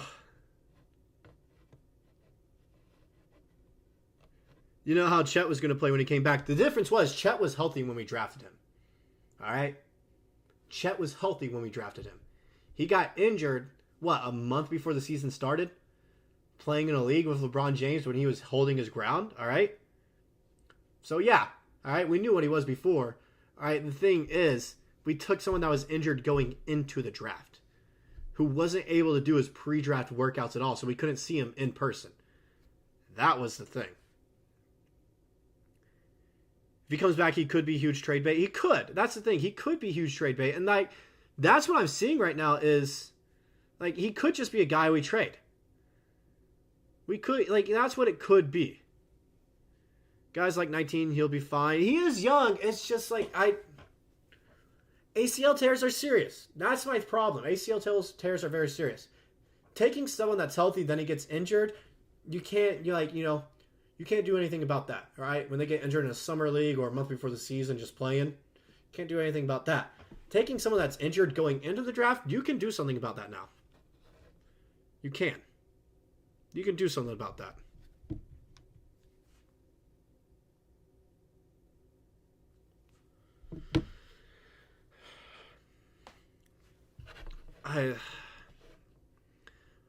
Miami needs to... Their pick is in. I don't know who they take. I don't know. I don't know what Miami has in store. He's looking towards the future, not just the now. I get that. Our future is trying to win a championship or two by 2028, 2029. So I don't understand why we're picking guys that might not even play, or bring value to us for 2 years to just replace someone that we can, when we can do that in free agency or something. That's the difference. We're not in the rebuild anymore. The rebuild lasted 2 years and we got out of it quick because we went ahead of schedule because that's how well all our guys developed.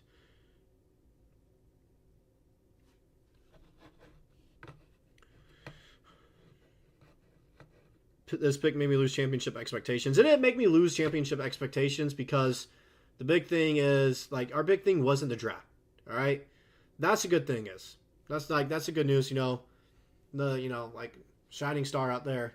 The draft wasn't going to make or break our championship expectations. It's what we do in free agency. And so far, adding Caruso, just straight up swap, between Caruso and Giddey, is huge for us. Now we have the opportunity to go add a backup big man for Chet in free agency, whether that's from, a guy like Andre Drummond, if we have to, if that's the last resort, or, even trade for someone like Bobby Portis, trade Topic over there, and another guy like Isaiah Joe or someone, trade him over there, or Cason Wallace, one of the two, trade them over there and get Bobby Portis in return. Could be interesting, but with the current debt, we have the perfect resources to let him recover properly, not try to force him back in before he's ready, assuming we decide to keep him, of course. That's assuming we decide to keep him. I don't think we do. I still don't think we do. I think we trade him. I think he gets traded during the regular season. I think he does.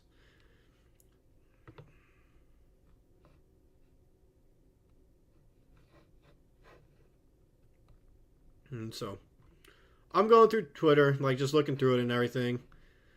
I am. And, everyone keeps saying he's very similar to Giddey. And, I know he is, all right? I know he is, and he could, go back to the player he could have been before this ACL injury. It's just a matter of, will he be that player? That's the big question. That's the big question. We need bigs. Jalen Williams ain't enough. Yeah, J. Will is a 4. That's the problem. He's a 4 playing the 5. He's 6'9".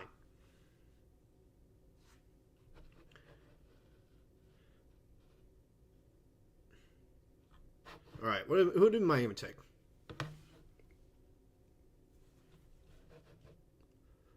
Not bad. No, yeah, I can see that working out for Miami. Clue aware. So, I agree with you. If he's good enough when he comes back, it could be a steal in the draft. that's just the question. We don't know what he's going to look like coming off an ACL injury. It's the same question with Chet that we had. We had no clue what he was going to look like. All right. The only difference was when we drafted him, he was healthy. Topic, when we just drafted him, is not healthy. That's just a big difference. All right. Are we going to make it because apparently we made this promise to Deron Holmes, and I'd be happy when we got Holmes later on if we made some trade. That's why we're still staying here. That's why I'm going to keep the live stream going a bit, because I could see us trading later in the draft. Like, let me look. I could see us... I could see a trade with the Bucks at 23. If they're really trying to get rid of Portis, if they're really trying to do that, we can trade. We can make a little package for them. Trade them Topic, Cason Wallace maybe, Oos, and then a pick or two for Portis and Connaughton. I don't like Connaughton, but I mean, at least he's healthy.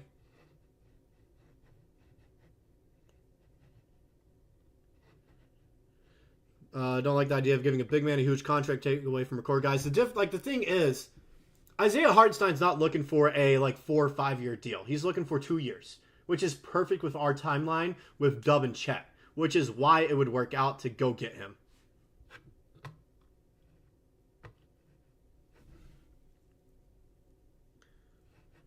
Kevin Love is washed. Yeah, he's not as mobile anymore. I think the goal is to get Isaiah Hartenstein on a 2-year, $50 million deal or a 2-year, $45 million deal. Gives a little bit more cap space to go get this backup ball handler that we need. And honestly, if we really want a backup ball handler, I know he's not the greatest, but if he wants to win a ring and he wants to come back to OKC and retire because his time's almost up, would be Russ. I know he doesn't do a whole lot for us. All right, he's not as good as he once was, but I know as Thunder fans, we wouldn't mind seeing that. But like I said, if we really want Deron Holmes, I could see us trading for the 23rd overall pick with the Bucks and doing a huge blockbuster deal could happen there. Rather trade Isaiah than Cason. I would too. I don't know if they would want Isaiah Joe is the thing. So who do you think would help us winning a title at this point? I think we're a Bobby Portis away from winning a title. Because I don't want to say, we're doing exactly what the Celtics did, all right? But a lot of teams are going to look at the blueprint that they did, and they're going to try to copy it.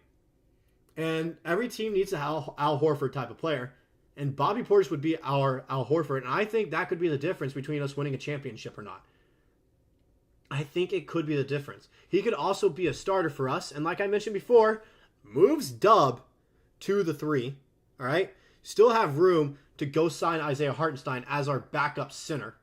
Go 10 men deep, and then we'd be fine.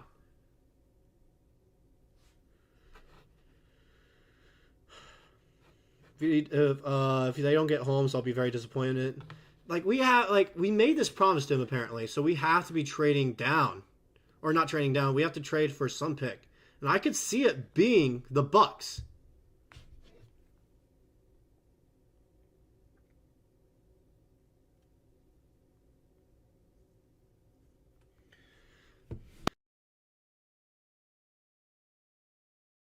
He's not as good as he once was. I know. I don't think he hasn't been horrible with the Clippers.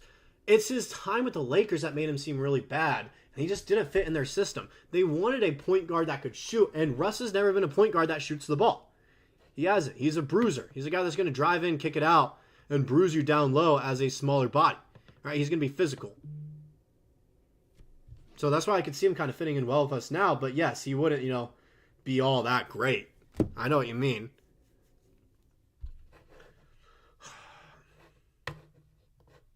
They're talking about a trade right now, potentially, for Philadelphia.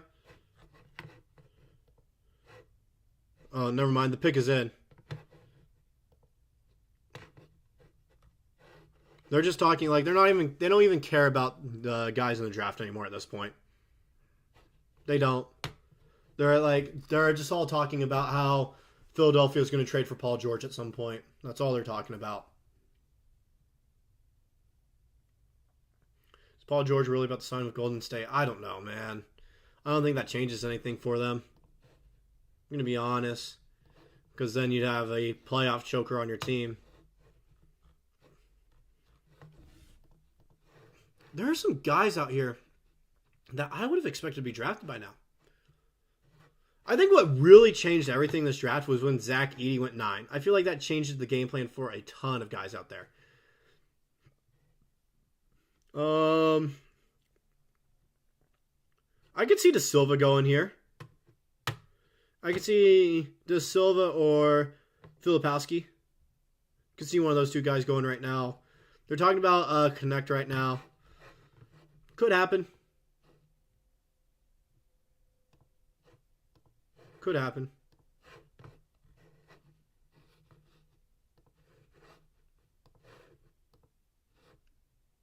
I think they were just talking about how they were talking about how Dalton Connect can help out a team right now. You know, he can be an instant impact guy, which I don't think he would have fit in the Thunder system at all. So before you guys talk about that, I'm just going to let you know my thoughts about that. I don't think Dalton Connect would have fit in with us. I don't think so. He's a guy that relies on a playmaker to get him the ball. Or not playmaker, you know, a true just guy that worries about passing to get him the ball, I feel like. I just feel like he wouldn't fit in with our system very well. Yes, he can shoot. But, I don't know.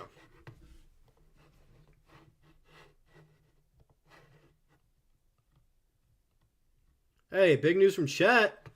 He's hosting an inaugural basketball camp this summer. With pro camps? What's that about? That's cool. Giving back to the community. Love to see that, Chet. Good guy, Chet. Good guy, Chet.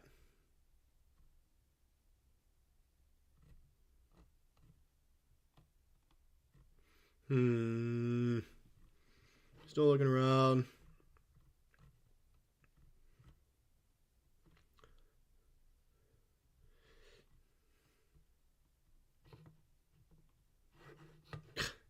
I keep seeing, like, I keep going through Twitter. I keep going through Twitter, and I keep seeing the media day picture of Topic, like, with that big smile on his face with the braces, and like, that's one of the redeeming qualities about this guy right now. I'm gonna be honest. He might turn into Luka. Yeah, that's the big thing. Is the might. You know, it's the big health thing with the ACL. That's the thing. If he can be just fine with that, it works out. All is forgiven. It's just a question of we don't know what's going to happen with that ACL now. It's just one of those things. There's a trade.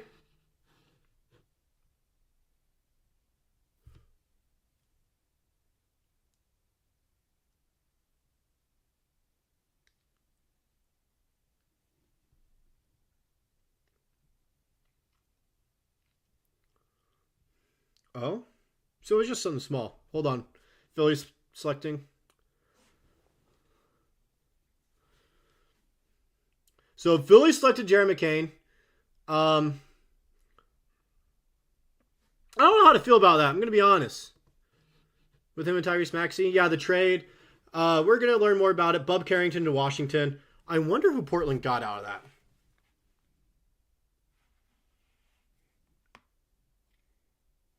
I wonder who they got out of that. That's interesting.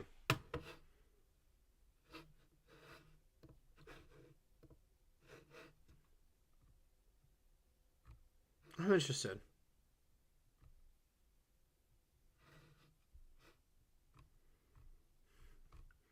I'm looking around Twitter right now. I'm just trying to get, like, see, like, something, you know.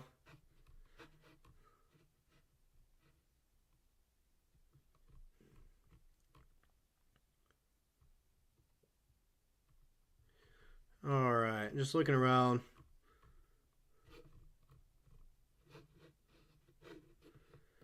Has Woj said anything about this trade just so, like, we can get the details?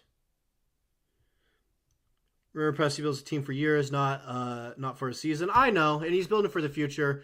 And, like, in the moment, I was upset just because I really wanted De Silva. I'm going to be honest. You know, my emotions got the better of me there. But I just felt like I just felt like we would have been better off with De Silva. But if he does come back healthy and he's fine, he will be a great selection. He will. It would be the steal of the draft. It's just one of those things where it's very cloudy. It's very cloudy. Like, I'm looking at the highlights, and, like, his passing ability is nice. All right, and he's a great three-point shooter. It's just we don't know if the shooting and driving is going to be there after he comes back from injury. The passing will for sure, no doubt about that.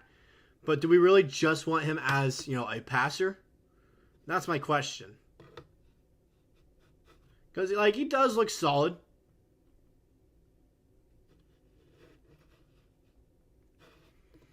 We'll see.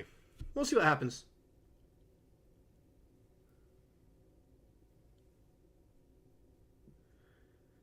Celtics is a team to beat now, man.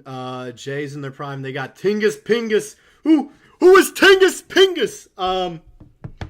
Drew and Derek White. Yeah, they got a squad. I think we're trying to match up with that as a thing. I think, like, that's what our plan is. We're just trying to match up with them, each one of our players. Like, Alex Caruso, Derek White, match up. Dort, Drew Holiday, match up. Chet and Kristaps, match up. Then you have Dub and Brown match up. And unfortunately, Shai and, Tatum match up. It's one of those things. Where, like, I'm talking, like, skill-wise, what they mean to the team. Same plan 2011, 2014. We got nothing for Harden and Durant and no championship. I don't know what you mean we got nothing for Harden. We ended up getting Steven Adams, who turned out to be a really good pick for us. A lot of people considered Adams a bust for some reason. Like, I don't know when that narrative started. Adams was never a bust.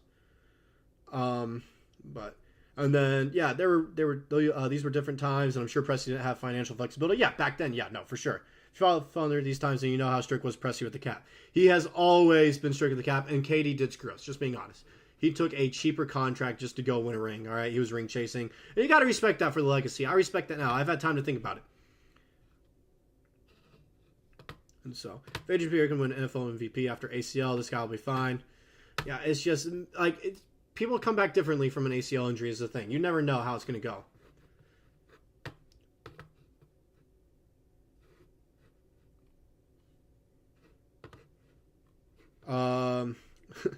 What up, Nick? Hey, yeah, I've been good, man. How you been? Man? It's been a while since I've been to Duke. It's been a while. I didn't expect to see you on here, man.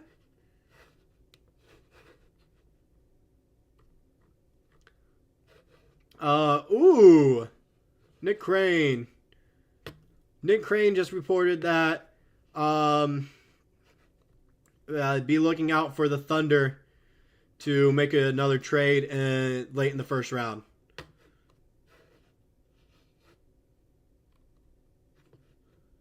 So I could definitely, maybe we trade later on.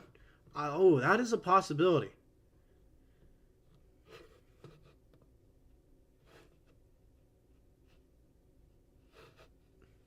So this is interesting. If that happens, I think the Bucks pick could be serious.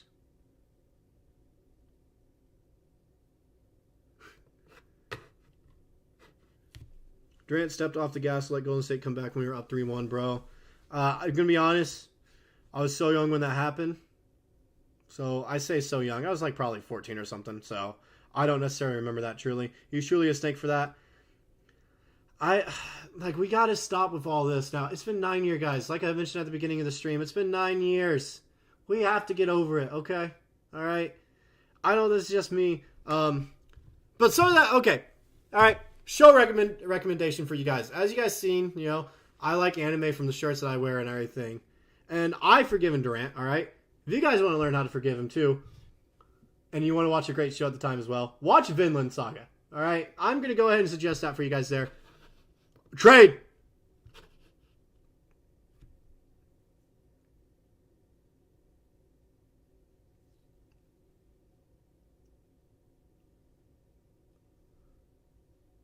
Okay. Rob Dillingham is going to the Timberwolves. That's all we know right now. Okay, Lakers took Connect. So JJ Redick got pretty much, a prototype of him as well there. Doing well, bro. Lo was just looking for Thunder streams and wild to see you here. Yeah, if you haven't already, Nick, you should subscribe. Daily videos, And you can ask the guys in here if I do a good job. I like to think I do, but I leave it up to, my viewers here. And like I said before, you guys aren't fans. You guys are family, all right? You guys are Thunder family, and you guys are the best, family out there. So Thunder up all the way, and it should be a good one.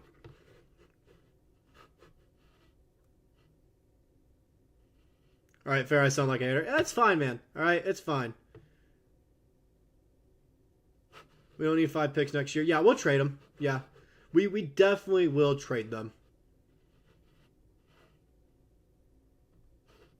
Watching live in Brooklyn. Was just here to say how upset I'm selecting Giddey 2.0 at 12. I was upset too. The more I look at it, the more I've calmed down and had time to collect my thoughts. If he can come back from this injury, it's fine. It's just a matter of waiting to see if he can. Cooper Flag. I don't think we need to get Cooper Flag, honestly. I think what's going to happen is we're going to trade with the Bucks here. I have a good feeling we trade with the Bucks.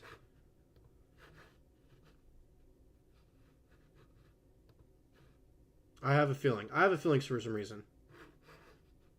I don't know why, but I have a strange feeling that we are trading with the Bucks.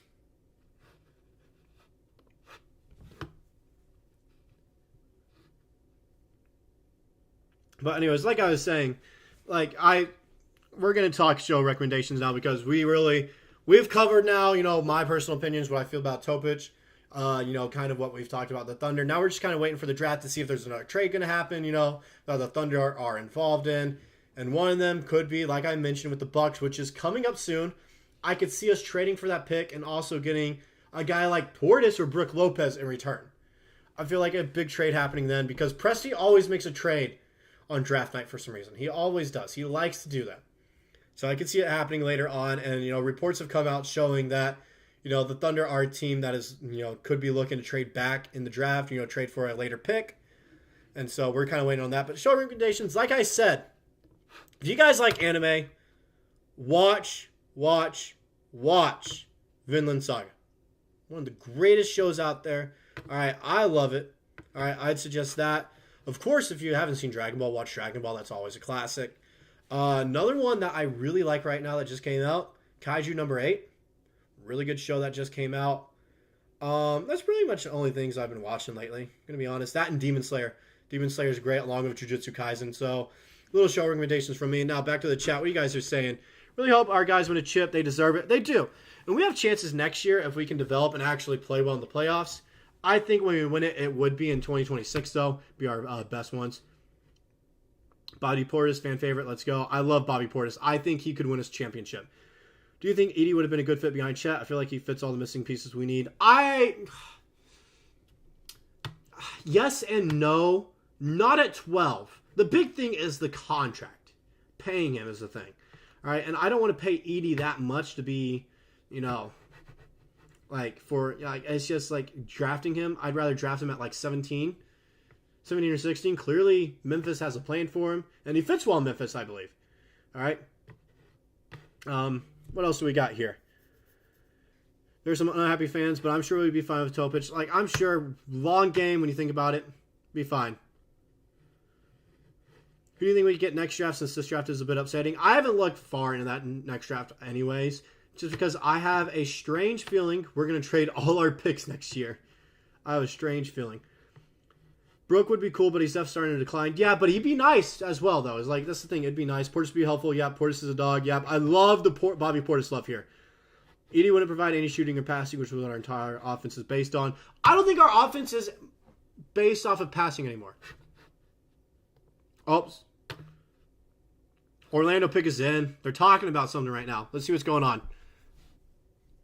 Who do Orlando take?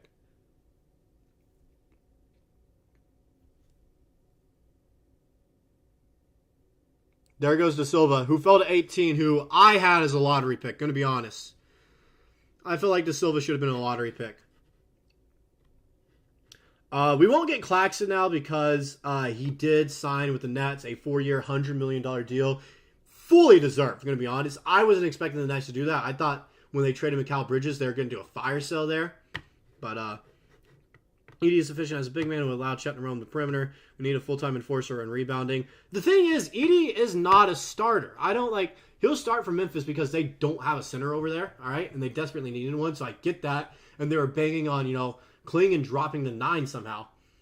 The thing is, Edey wouldn't start for us, and he'd only come off the bench. And it's just... I just never have really been a big fan of Edey. It's the big thing. Which is why, I'm not the biggest fan of Drummond, but, it's fine. Vinland Saga is great. Season 1 and Season 2 were so different. Never seen a show do something quite like that. Hey, I have no enemies, Nick. I have no enemies. Portis and Caruso on the same team would be nuts. It would be really nice. I think that would be nice. Then maybe we sign Jonas. I don't think we sign Valanciunas. I think after everything that's happening with the Knicks, we're getting Hartenstein. And there's been a few hints out there, all right?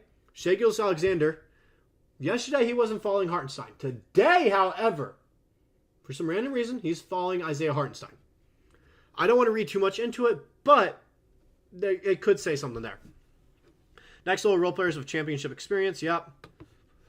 I think E would have been good. You won't get any cheaper than rookie contract. I know, but there's a difference between a lottery contract and a contract at the 18th overall pick. That's what I'm talking about with the difference. Okay?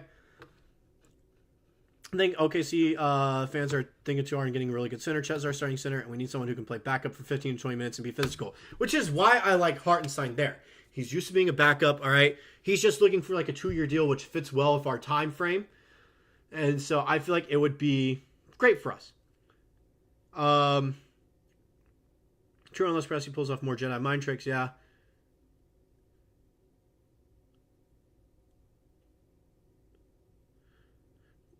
I'm looking at more. Portis would be great, but I think we need to send a nice package to get him. We would. We need to send like either Joe or Wiggins over there. I'd rather send Joe because Wiggins, he saved basketball.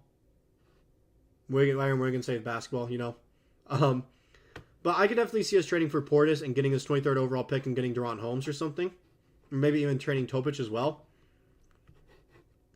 Because maybe, they're looking for a backup guard behind Dame or something. In a year or two when they realize Dame is going to start regressing and when Dame's getting ready to retire, have a guy like him ready to go.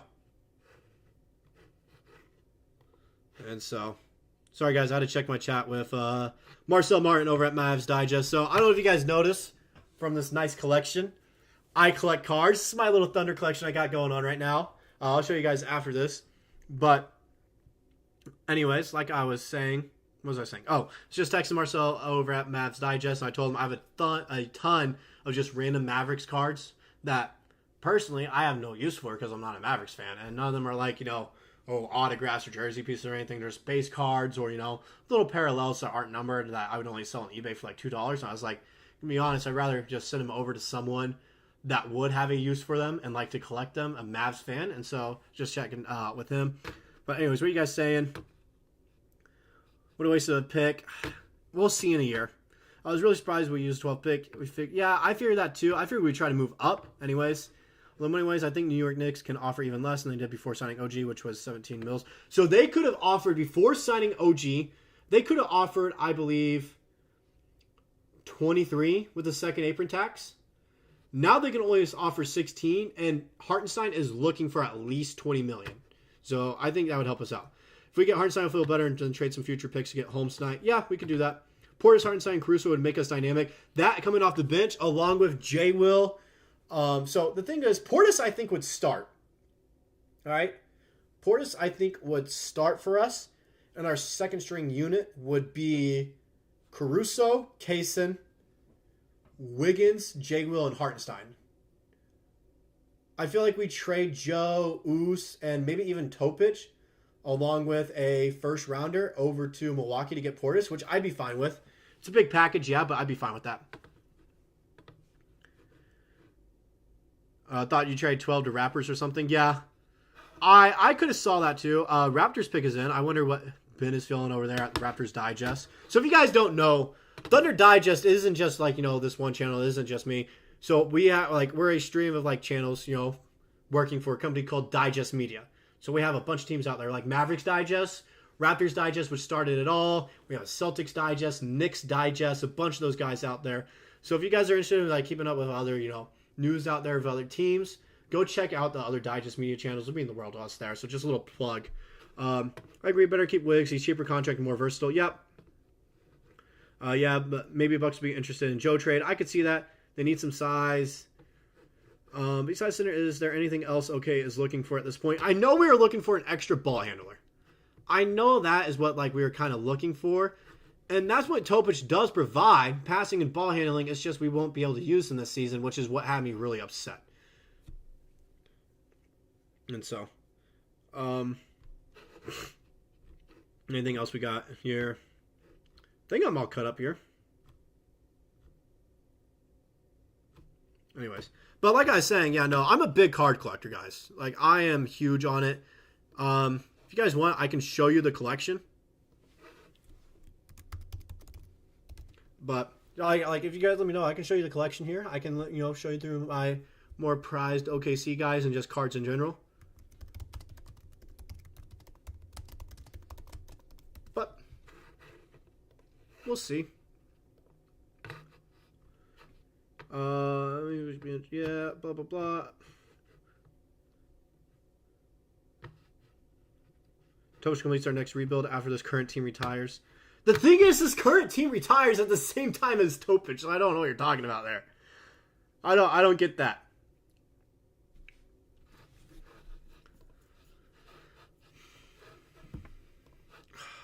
I need some news on Twitter right now. I need something.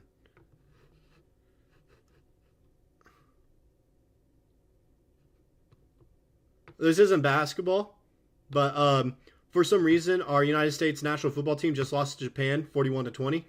I don't know how we did that, but hey, shout out. Congrats, Japan. You beat us in the sport that we invented. That was kind of weird. All right, Raptors pick is in. I'm actually interested in this.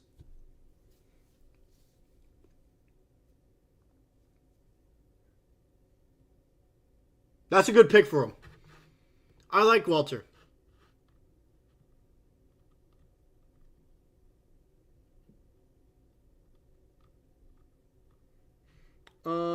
Yeah, no, he's like, I like that pick for him. I do. And so, I'm just scrolling through Twitter right now to see if there is anything.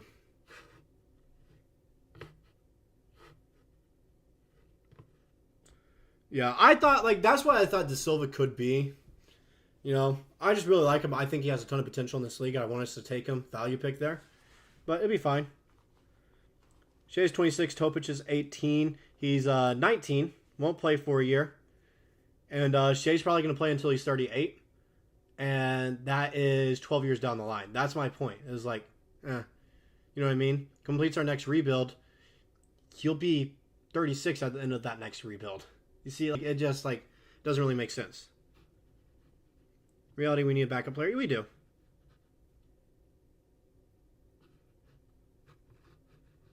Drowning guy fresh with ACL injury is wild. It is.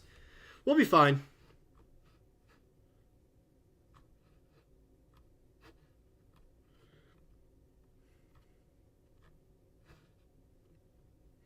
So I saw something from a account on Twitter here talking about it. Oh, he said, I get why we make this pick, but I'm also confused why we make this pick. Yeah, no, it's just I get it, but I'm just confused why we made it. That's what I'm at right now.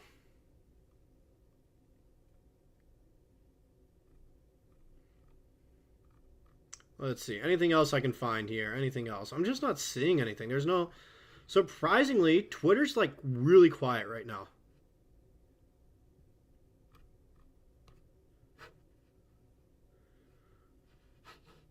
The Wizards, even though they just traded for Malcolm Brogdon, they're interested in trading him again already. That's crazy.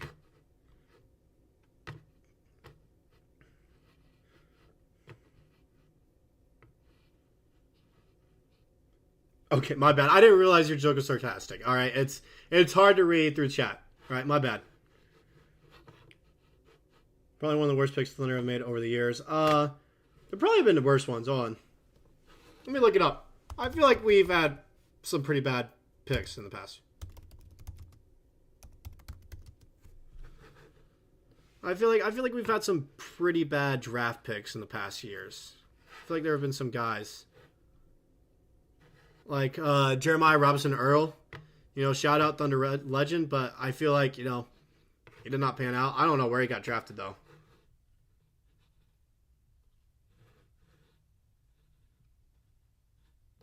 Let's see. I'm looking at our previous draft picks here. Let's see.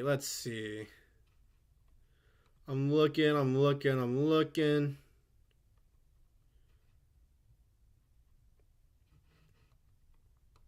I am finding out about a lot of trades that we made immediately when we took someone. Like, we drafted Emmanuel quickly in 2020 and then traded him to New York. I didn't realize that. Let's see. Hey, Terrence Ferguson, 2K Ferg. Mitch McGary, 21st overall pick in 2014. Who?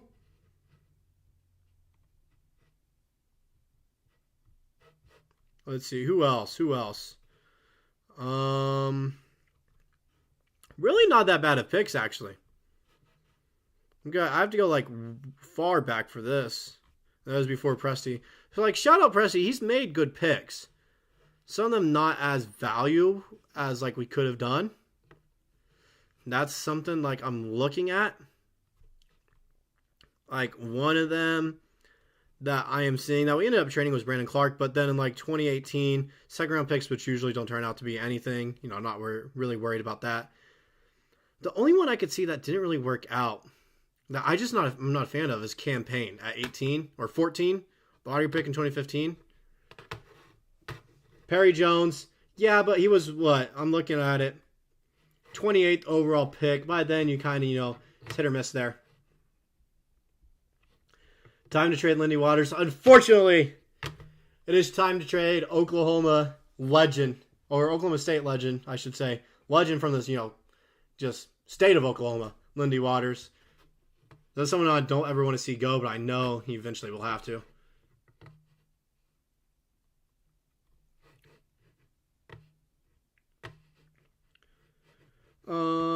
Still trust Presti? Yeah, Presti's go. We gotta trust. Like, at the end of the day, we have to trust Presti. All right. Well, I guess it's still a good proof that Presti knows better than most of the fans. He does. He knows better than me. He does. But not when his title was Sam Presti.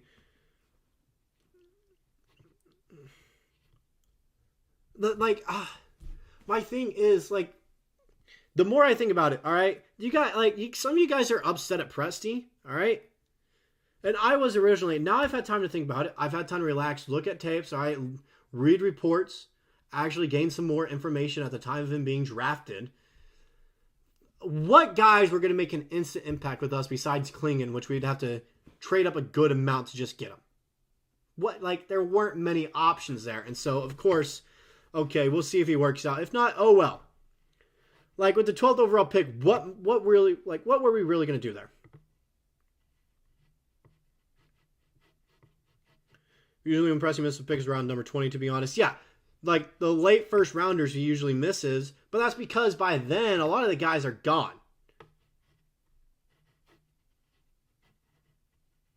We were expected to compete when Chet was down. We weren't. To be honest, we weren't. No, but Ball guys, possibly. Oh my gosh, Ball, I hate to be the guy, but you might be traded soon. I feel like your chat is not very happy with you right now. Drafted as trade fodder, potentially, yeah, I could see that.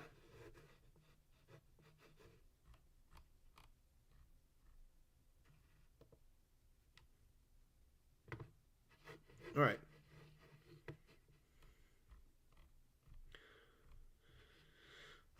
Cleveland taking Jason Tyson, apparently, is what Woj is saying. He tweeted out that he's at the top of their board. Who's still available right now?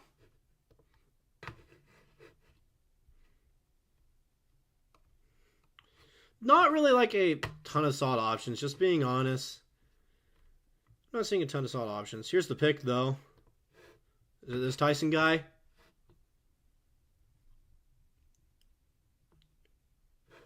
Yup. Okay.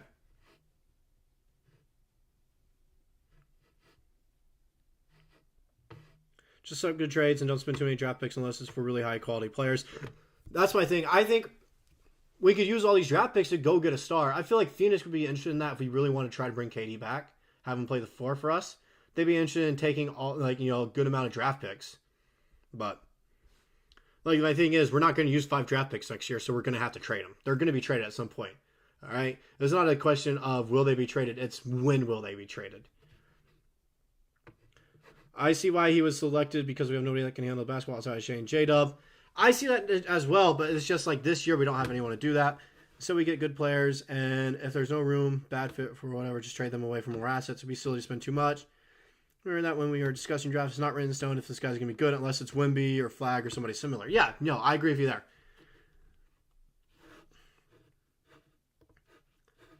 All right, what pick are we at now? 21? Okay, so New Orleans. We're coming up close to that Bucks pitch. Coming up real close there. How many spots do we have open now? I think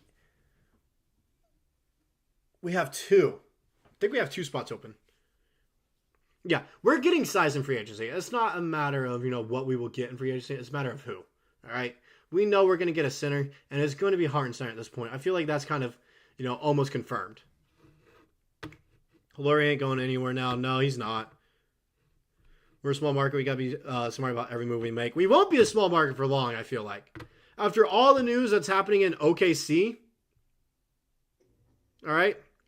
After everything that's happening in OKC with 2028 Olympics, it's happening there as well with softball and some of the water events as well, and like the rivers. That's going to help out with revenue. The new stadium's going to help out. And this whole rejuvenated Bricktown area is going to help us out a ton. And it could make OKC into a larger market. I don't want to say large market, but like one of those medium-sized markets. I feel like it could definitely help us out there. Like put us like on par with like a Cleveland, I feel like.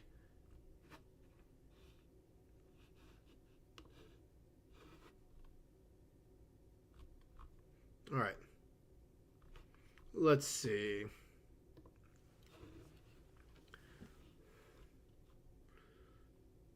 Someone said we found our new slob wizard in Topic. I love that.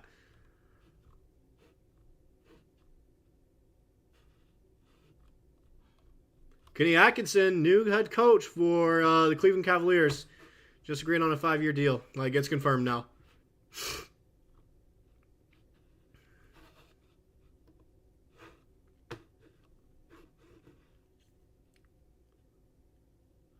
Then we just trade him. I'm sure there are some teams that would gladly use him as starter or a rebuild guy. In that case of Hayward, it would happen. You don't get Laurie with the 12th pick? No, you don't.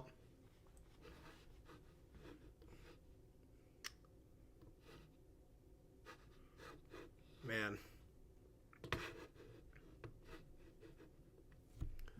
It's just interesting now.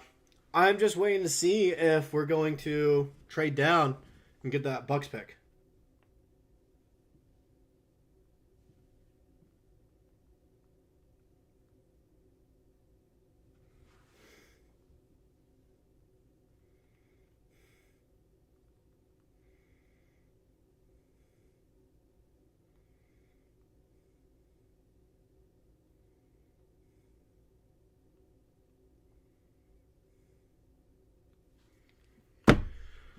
What else we got there? Not much, right? Ainge is gonna want like 3 or 4. Yeah, Danny Ainge is a crook. All right, he's gonna rob you dry. Who New Orleans take? No one that's gonna help him out. That's what.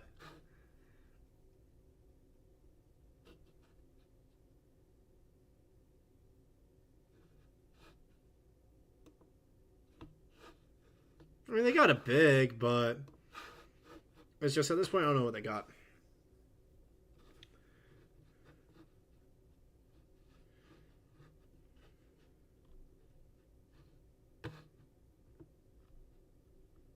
Laurie is on an expiring contract, so like that's why I could see us like trying to trade for him and give them a good amount of picks and a player or two.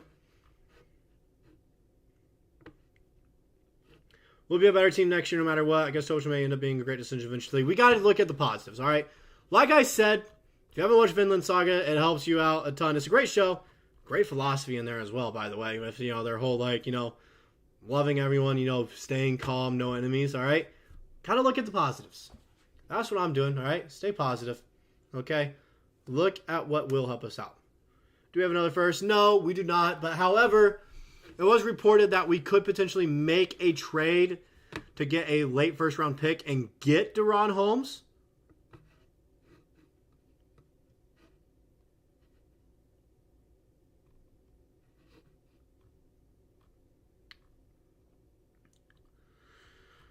I'm just looking to see if there's anything else. Seeing if there's anything else we can talk about, with these draft guys. It's really just a waiting game at this point. Seeing if we make a trade for a later pick as well. Person feeling, yeah, he definitely has the potential for that. He's a more athletic Luka is what it seems like to me. All right, a little bit more athletic. I'm seeing him drive in a little bit faster than what Luka does. So he definitely could be. Presti's playing the long game still. It's just, currently, at the time, it didn't make sense. When you think about it, when I think about it now, I've had time to relax. It can work out. It can definitely work out.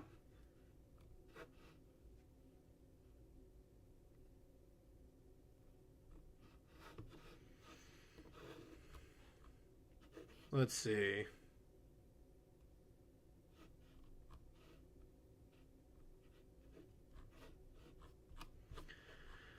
We'll see. We'll see what happens with Topic.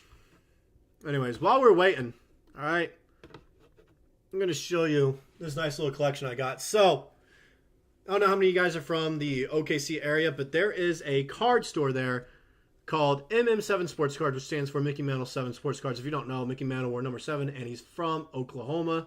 And so one of the greatest athletes to ever come out of this state, right next to Jim Dort. And so this little card collection, majority of these is from them. I'm going to be honest. Majority of these cards I actually got from them. So the first one I'm going to show you guys here are actually ones I got yesterday while we're just waiting. All right. Us fans just in win now mode. Yeah, DaRon Holmes able to create an instant impact. Think of him as, like I mentioned before, the vibe I get from DaRon Holmes is Blake Griffin. All right. That's what I kind of get from DaRon Holmes. I know a lot of people don't see that. That's what I see. That's what I see. And so, but anyways, first card that I got, all right, that I got from there yesterday, added in my collection. I wanted a more interesting J-Dub card because I just had a basic select rookie card. It wasn't rated rookie or anything, just basic rookie card select there. And select has a pretty good, cool looking kind of design. However, I saw this one yesterday and I was like, let me go in and grab it. Let me go in and grab it. And so I got this one. All right, you guys can go in and see it there. Boom. I hope you guys see it well on the camera there. Little jersey patch there, Panini Contenders, rookie ticket. I really like the design on these. I do. I really like them. So I had to go ahead and get that one. The next one I'm going to show you is from a place in Boston where I go to school. All right. A place called Card Vault. That's right by TD Garden. All right. Right there. And they have a good collection there. They have a good selection there. I know some of the guys well there now as well from previous internship I had. All right. So I have some connections there. This is, just a basic Cason Wallace rookie card that I wanted just to add, just kind of add, spice things up because I like my rookies, and I wanted a cool little backdrop. I got just a basic, Chet rookie card. Basic Chet rookie card there. Nothing too fancy. And then, once again, from Card Vault, all right, we got Oos. We got Oos the Frenchman, all right. Now, the next one, a card I've been looking for a long time now that I finally found, all right. That I finally found. Been looking for a Lou Dort card. I've never even pulled a base Lou Dort card or anything, not even like rookie from last season or anything. I've never pulled a Lou Dort. This is the only Dort that they had in stock. All right, and I had to get it PSA grade 9. It's just not really basic, all right? It's a Pulsar. It's nice. I really like it just because, as you can tell from the jersey as well, I have signed back here. Huge Dort fan. Huge Dort fan. Of course, I've got Poku as well. We mentioned him earlier. I haven't just because it's one of my, more premier. I wouldn't say premier, but parallel, cards. Anyways, I see you guys are still talking in there. I just want to show you guys this real quick. Jeremiah Robinson Earl. All right. Boom. Next one. All right. I haven't been able to get a J. Will rookie card, and I finally found one. That is numbered out of 150, so I had to grab it real quick. I just made a trade for it. Boom. There you go. See it? And what I really like, just because I now technically know this guy, Thunder legend during the dark times of the rebuild, Isaiah Roby. All right, boom. I had to grab it real quick. And fun fact, I'll actually show you guys something real quick. Anyways, before I do that, I want to look at these comments. Remember reactions on picking Giddey. I remember a lot of people's reactions. I had faith in it. I never really questioned it. I had faith in it. I thought he would work out.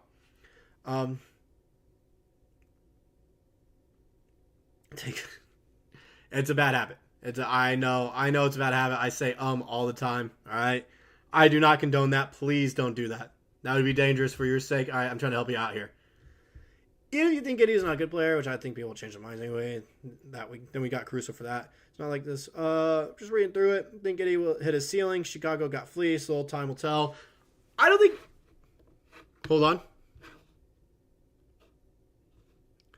So we're not getting Deron Holmes second. He went to Phoenix. All right. So I don't think we're going to make a trade now later in the draft. I think we waited way too long. Anyways. I don't think Giddey's hit his ceiling. He can do well in Chicago. I think that's a good situation for him. Yeah, team developed faster than he could keep up. Yep. I agree with you there. I'm not going to mention that comment, but I agree with you, Uru. He wants to become a defensive threat when playoffs roll on. He's not useless. Yeah, he's working on improving. He is. OKC got value in return, no doubt about it. So yeah. I hope Giddey gets his confidence back too. I hope they do. Never mind. So Woj actually just tweeted out not too long ago, the Suns are actually trading the number 22 pick to Denver. So Denver has Deron Holmes the second, and the Nuggets or the Suns got back in return number 28 and number 25, number 56, and 2 future seconds.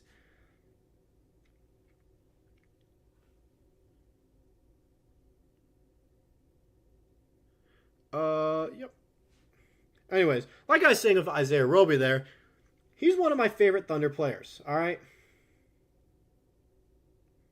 So he tweeted at me. All right. Or, well, let's say I made a tweet. I'm going to pull it up real quick. All right. If you guys want, follow me on Twitter. All right, I'm not going to force you guys to. I love the followers, though. Love that to go up. But anyways, I tweeted out, thinking of getting another OKC Thunder jersey, but don't know which. Really want it to be some obscure player and not some franchise star. Original thought was Isaiah Roby, but want some suggestions, Thunder up. And then Isaiah Roby decides to respond, which kind of sent me through a little lapse in my house here. And he responded and said, send me your address. I'll get you one. And that got me all ecstatic, all right? I said, you're an actual legend, not going to give it out in this thread, but I also can't message you LMAO. Still want to take you up on that offer, though. And so he ended up following me. So now, big time there. Isaiah Roby, I have an NBA player, former Thunder legend, following me on Twitter, which is great. All right? Like, it actually, like, drives me insane. And so, well, yep. So he sent me a jersey. I have it hanging up in my room now. So it's great.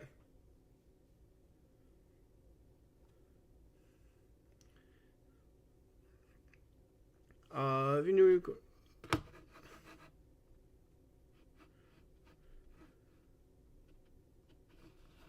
So, man, Are the Bucks going to actually draft, or are they going to trade this pick? I don't know who they take is the thing. They've done something. They're all clapping in there. So something happened with Milwaukee just now.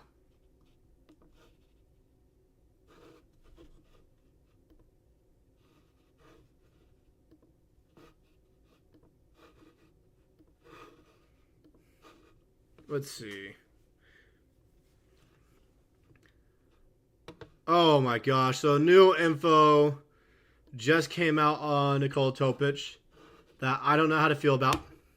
Nikola Topic said he didn't visit OKC but talked a few times. Has never met anyone from the Thunder in person.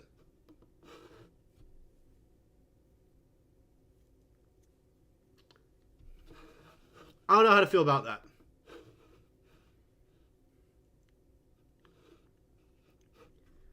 Two ways we can take it. A, that we're just that confident in him. Or B, we just didn't think he would follow us. Only two ways to, kind of take that. You want us to OKC, let's go. Stop the cap. It's not happening. Not happening. Don't even start. We'll start a rebuild. It might be a fun team to watch. The thing is, they got to start a rebuild. They got to blow up some pieces and build around Giddey and Kobe White. Giddey might be... I think Giddey's going to average like 18, 8, and 8 next season. Giddey has a ton of potential.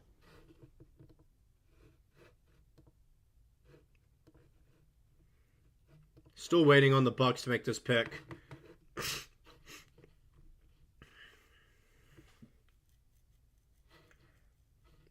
The thing, okay, so we did take a guy that didn't work out with us. The thing is, he couldn't work out with anyone. ACL tear.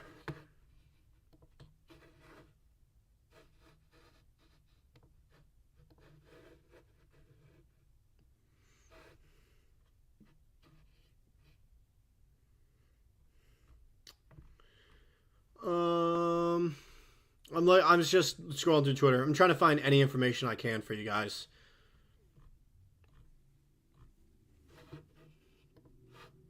I'm just looking around, seeing if I can find anything. Pick is in. I think Adam Silver's about to walk out. So it looks as though Milwaukee is taking someone here. Looks as though they're taking someone. They all started clapping though before the pick was even submitted at the 4-minute mark. So either it took it that long to get it in, or they made a trade. So I'm interested to see what happened here.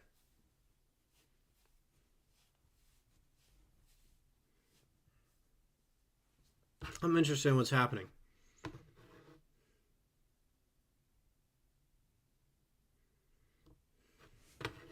I just want to know what's going on here. I want to know who they're going to take.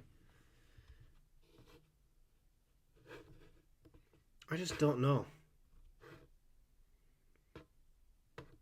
I don't think it's because Presti didn't want others to know he values his talent. I think it's just because we didn't think he'd be available there before, because this was all before the ACL injury. This is when it was. It was all before the ACL injury when he was projected to go top 5. So yeah, I think that's why it happened. We didn't expect to get him at all.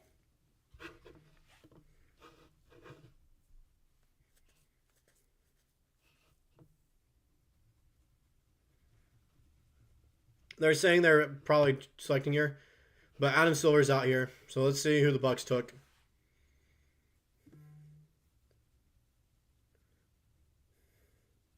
So they're drafting someone. They didn't trade it.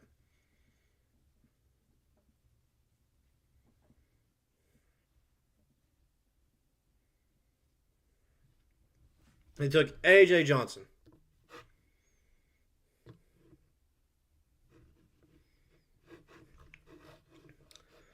Is there anyone else that would want to trade with us? I don't think so. I'm watching. The only...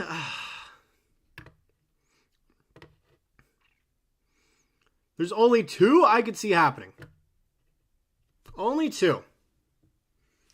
That would be for one of the Knicks picks and get Mitchell Robinson in return for our backup big man that we talked about, or the Jazz to go get Lauri still, which I don't think is possible, but if there's a chance, there's a slight chance it could still happen.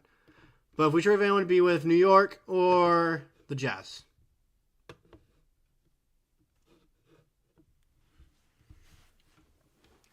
Yeah, no, I don't know if he'd be happy being a bench player. That's the thing with Topic as well. I'm glad you brought that up.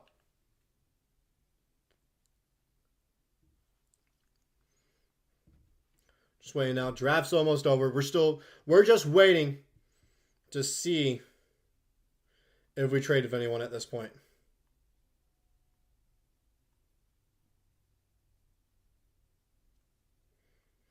We're just going to see if we trade with anyone at this point.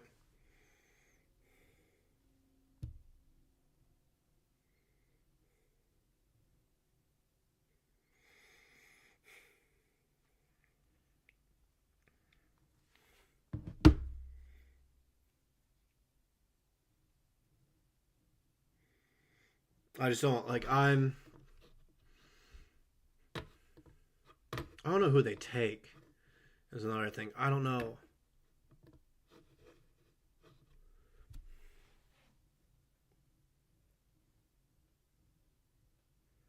The Knicks just traded a pick.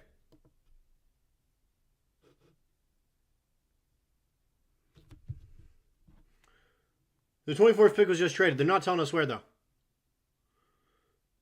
I think it's where they trade it. Hold on.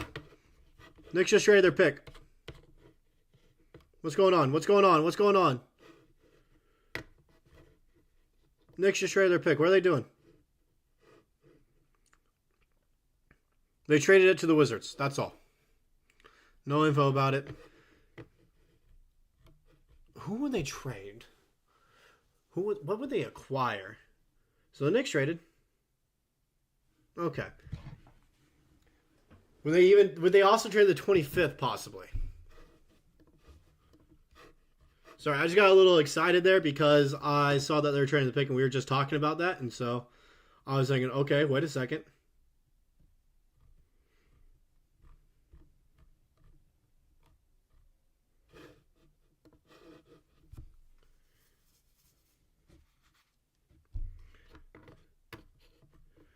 Maybe Presti see him as an upgraded Micic role. Yeah, maybe. That's what it could be. Because it might be difficult now unless they also trade 25 to us. Yeah. I don't know. I don't know if they would want to trade that pick as a thing. I'm just looking at it now. I'm looking down here. The only other team I feel like would want to trade with us that we could actually trade and get someone that we want would be Utah.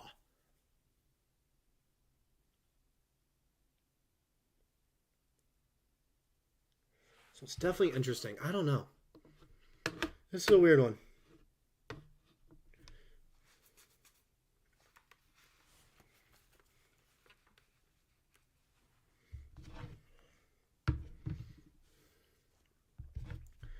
Man,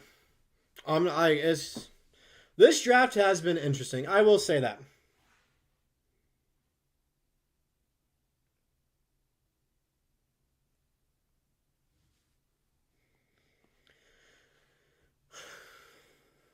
Give the Jazz an offer for Lauri they cannot refuse. Yeah, I agree. If we do trade with Utah, it'd have to be for Lauri. No doubt about that. I low-key, when I think about it, I would love a package of Lauri and Sexton. And trade, if we're going to make that trade, I would see us giving up Topic, Joe, Kenrick, and 4 first-round picks. I think it would be a big blockbuster deal, but I could see it happening. I feel like that'd be a trade that Ainge has to look at.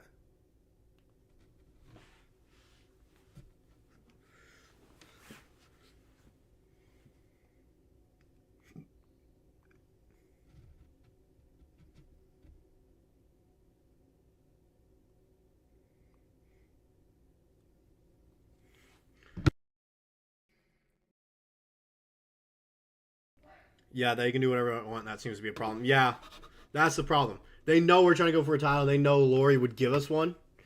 And so, which is why I think, because right now we're like 12 guys deep. 12 guys deep in our rotation.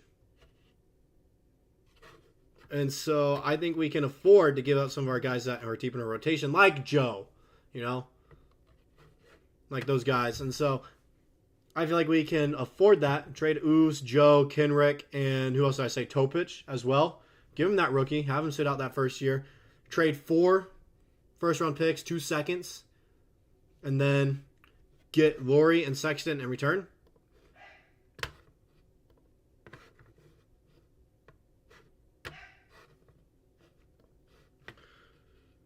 So New York will be selecting at 25 and 26. Never deal with age. I know. Like I said, he's a crook.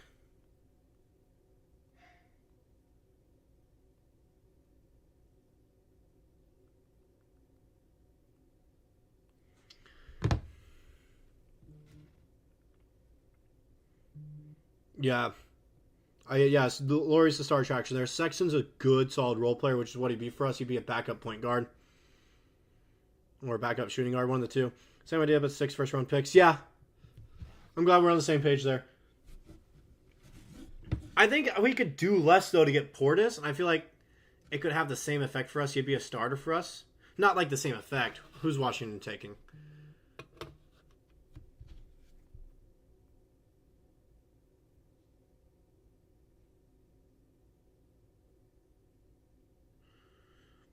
So he was drafted to the Knicks, however, is going to go to the Wizards. They got Keyshawn George, who is something that they Woj said that they were targeting. Walker Kessler could be solid. He could be. Definitely, someone to look at.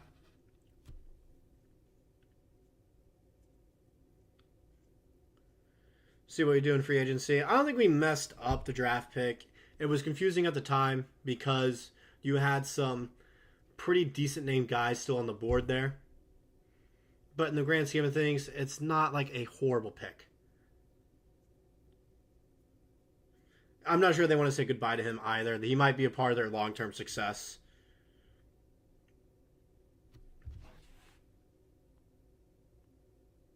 But I am interested in who Washington drafts because I have family in DC. I visit DC all the time to go see them. Like Thanksgiving break, I only get 2 or 3 days for Thanksgiving break in college, and so I usually just go to DC, spend it there.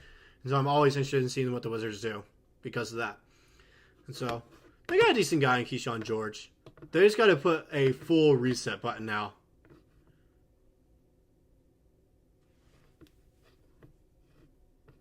Yeah, nothing would pay off unless we trade it up. I'm glad you bring that up.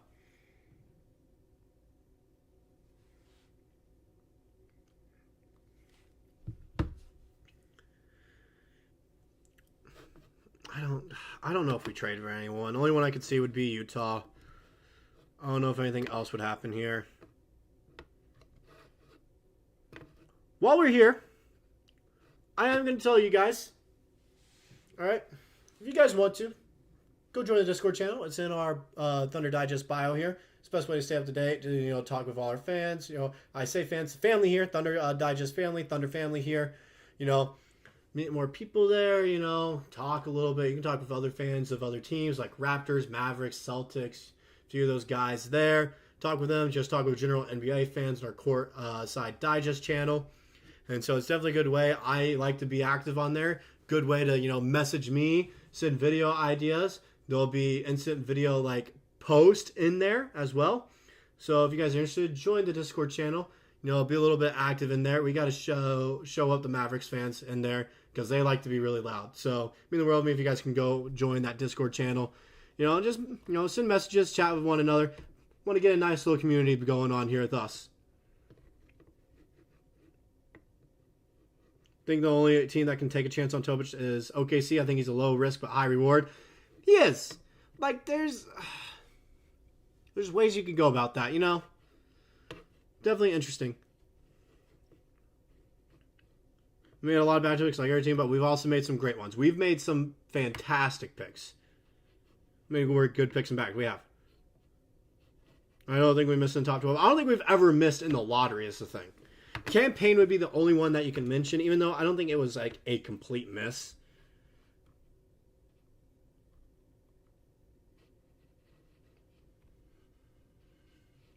Says link is invalid or expired. I'm going to plug it in the chat then for you, okay? I'm going to plug it in the chat for you guys.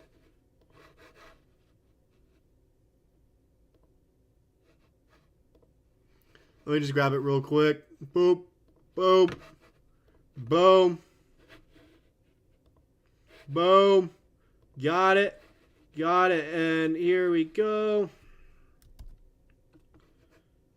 So that's the link to join the Discord channel right there. If you guys are interested, and, like I mentioned, I like to stay active. It's a good way to message me, Just, it's a good way, especially post games and stuff. We have a good amount of channels in there, like video discussions, ideas and feedback, just Thunder talk in general.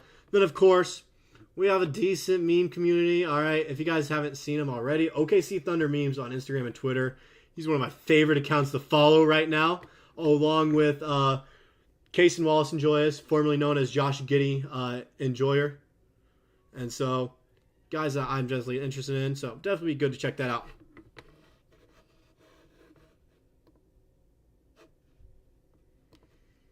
Anything else we got going on here?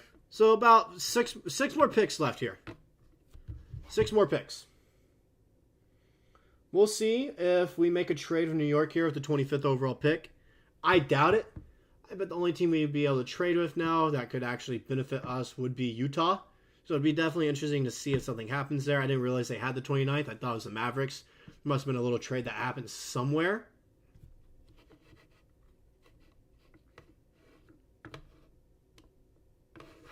Talking about the Knicks right now. The Knicks are going to be good. The Knicks are going to be good. They have a squad.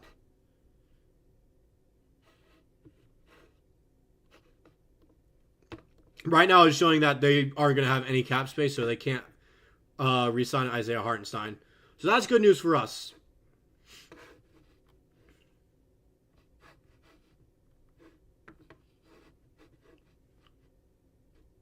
Yeah, I agree with you. If we're going to go get someone, getting rid of the majority of our draft picks since we aren't going to use them, it has to be right now, tonight, or sometime during the season, in the middle of the season, like in December, end of November would be my guess.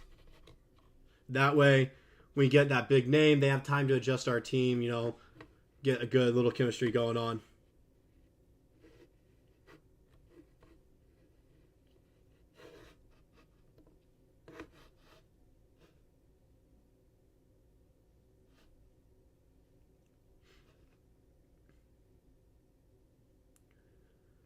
Sorry, I'm just listening to Jeff Richardson talk about the Knicks right now because they are a team to look out for. I feel like the 2 teams next season out of the Eastern Conference that will be the Eastern Conference Finals and potentially make the finals are either the Celtics or Knicks, which is weird to think about the Knicks actually being this good. And then it's the same thing in the Western Conference. I think it's going to be a dogfight for the next 3 to 4 years between OKC and Dallas. So, it's definitely interesting hearing all these guys talk about them like this. New York is a team to look out for that will have some of these, young guys now with these 2 first-round draft picks and some other role players that they can trade, seeing who they take here at the 25th.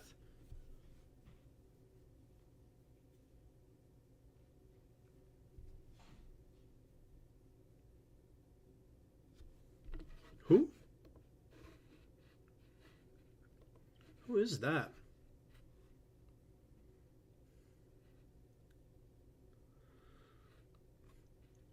I'm looking at his profile right now. He's not a great guy. He's not a great player. That's what they said.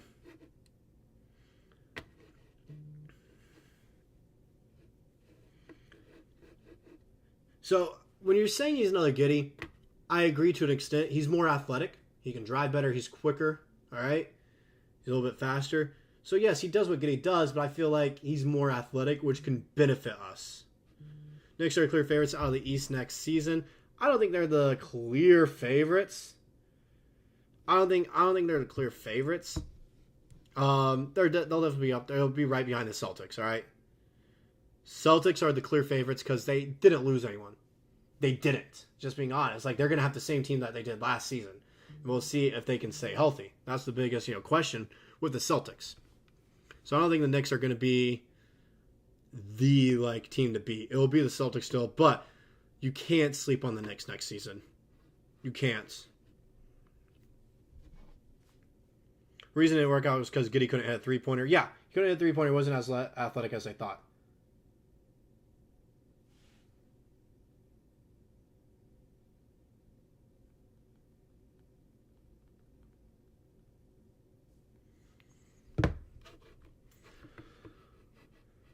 Tobias might be a better playmaker, even though Giddey is a great passer.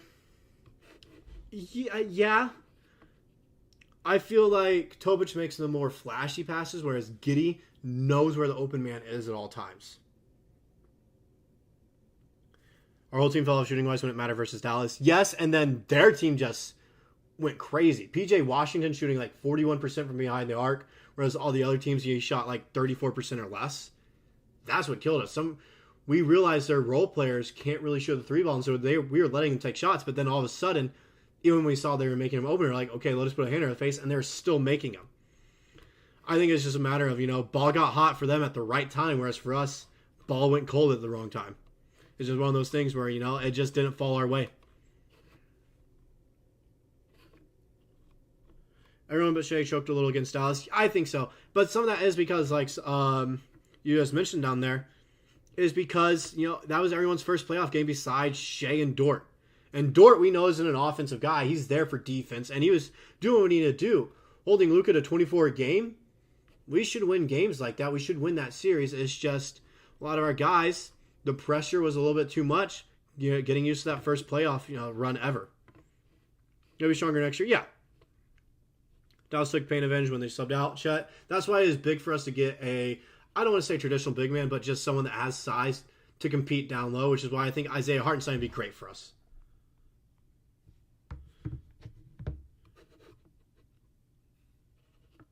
Yeah, the PJ Washington, Derek Joe Jr., that was insane. Seeing them just go off like that.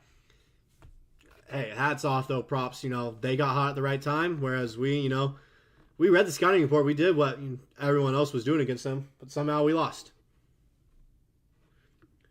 Giddey was just the odd man out in our best trade piece. That's what I was saying this whole time. For the past 2 or 3 weeks, since we've been eliminated, that's all we've been talking about, trades. Giddey's just the odd man out on that team, and he had to be traded. Everyone was upset. It's just a matter of the fact. It was the truth. There was really no spot for him on the team.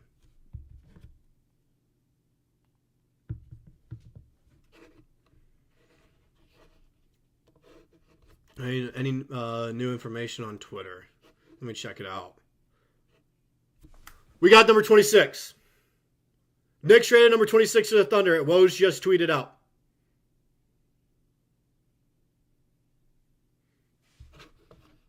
What's going on? Okay. So, what are we going to take here at 26 is the question. That's the question. Who's available? Filipowski at this value wouldn't be a bad option. How tall is he? 6'11", so adds size. So there we go. There's that trade that was mentioned where the Thunder are trying to trade, get a pick later in the draft. There it is. It has to be Filipowski here. I think that's the best option.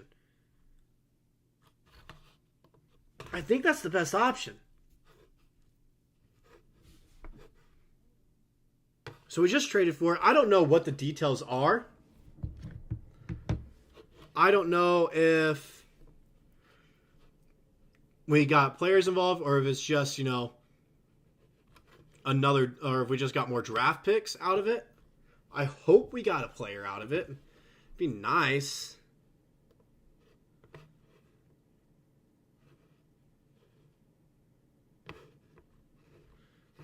They're saying it's going to be Dylan Jones. Dylan Jones. I've never heard of that name for some reason. You guys know anything about Dylan Jones? I'm not even seeing him on the draft board right now.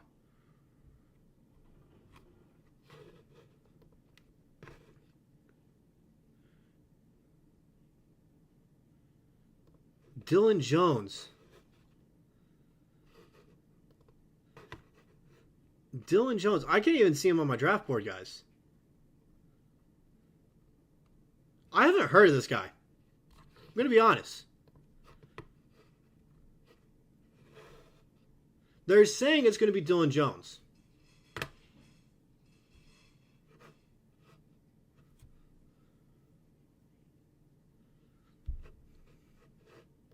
Why have I never heard of him? There we go. Just because he was already drafted, that's why he wasn't on there.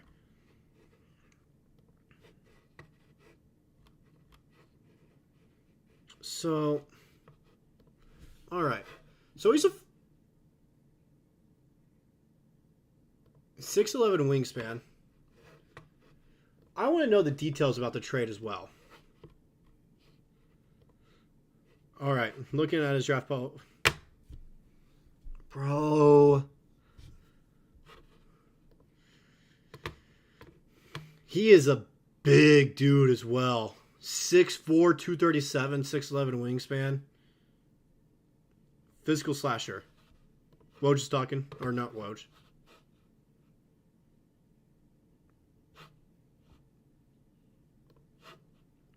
Okay.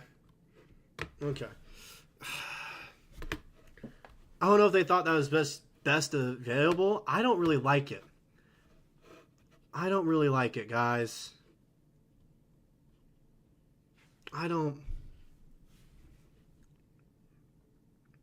He's a slasher. 6'11" wingspan at 6'4". That's impressive. I'm going to be honest. That's impressive. And he's a bruiser. He's big. 237 pounds at 6'4". Oh my gosh. That is... But, I don't know. I felt like the value pick there at 26 was Filipowski. However, maybe Sam's looking into it as we're signing a big man, so he's not going to draft one here. It'd be nice to have it as a backup, though, in case one of our guys gets injured. We've got to be gearing up to do a massive trade, I guess. That's the only thing that makes sense. At this point, we're just going with the team full of guards and Chet. Yeah, it's our whole team of 6'5" players with Chet. Yep.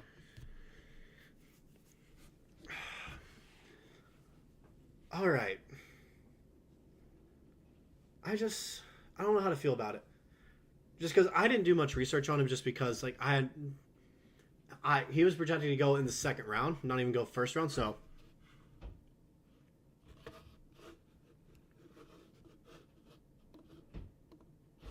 interesting.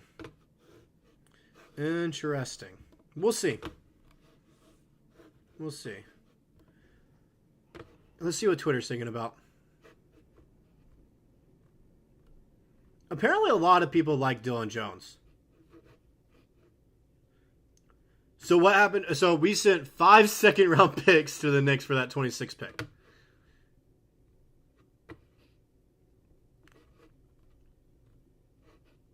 He averaged 21 and 10 at 6'5" for Weber State. So those are impressive stats. It's his wingspan and his like weight. He's not like a big dude. He's like he's built. It's muscle. So that's nice. Okay. I'm not mad about it. The more I'm looking at it, I'm not mad about it. I'm not mad. Yeah, 6'11" wingspan. It doesn't matter. Yeah. Height at that point, 6'11" wingspan at 237 pounds. I'll take that. And if we go and we sign Isaiah Hartenstein, I think we'll be solid.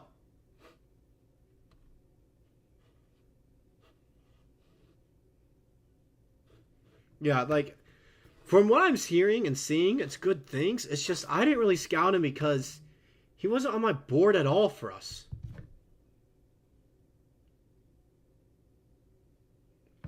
Sam Presti's going to have media availability, apparently. He's like Dort, so a bruiser. Okay.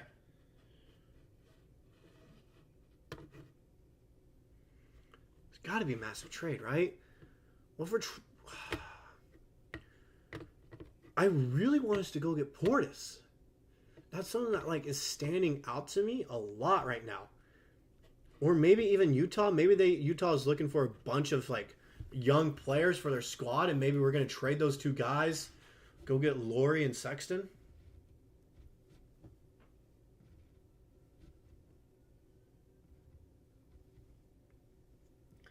Move Chet to the 4. No, Chet's going to be the 5 because we want to play a 5-out style of offense. I'm fine with that. Run the 5-out style of offense. We just need a 4 that can shoot the ball well. All right, we don't need Dub at the 4. He needs to go back to the 3 and play his natural position because he's facing a lot of guys that are like 6'10 and just as athletic as him, so it's hard for him to get around and actually play well like we saw against Dallas. And so if he plays the 3, he'd be fine. That's why I really like Portis or Laurie. And draft Presti aims for talent. He does. Free agency is still ahead, and that's where we're probably going to get size. Isaiah Hartenstein. Like I've been saying, Isaiah Hartenstein's who would get. I think that's a pretty much like for sure deal that everyone's going to be talking about is Isaiah Hartenstein will be a member of the Oklahoma City Thunder. Isaiah Hartenstein, get ready to learn Bricktown Brewery.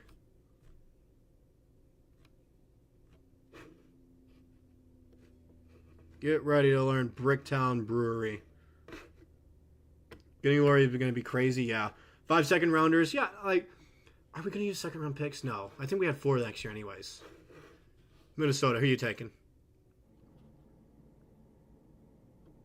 Terrence Shannon Jr. Yeah. It's 5 a.m. for you? Man, I don't know where you are, but thank you for staying up. That's dedication, man.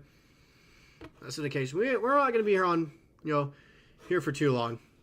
All right. We got 3 more picks left. I'm just waiting to see if anything happens with this Jazz pick. That's what I'm waiting for, really, is just see if anything happens with this Jazz pick.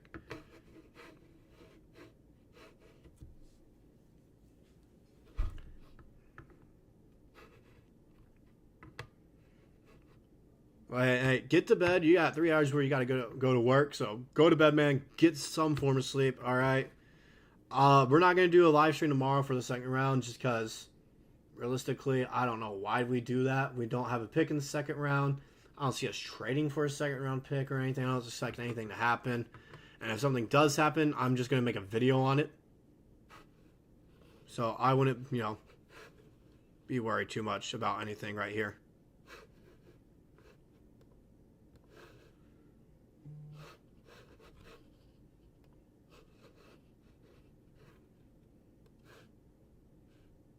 So let's see. Bad draft night. Yeah, like the thing is, how much are these draft picks actually going to play is like the big thing. How many of them will play? And so it's like one of those things where like, how much would they help us out? What we're going to really thrive in is trading this offseason along with signing Isaiah Hartenstein. That's like what is going to make us a difference. And then we will win a championship because of it. Yeah, either next season or the year after.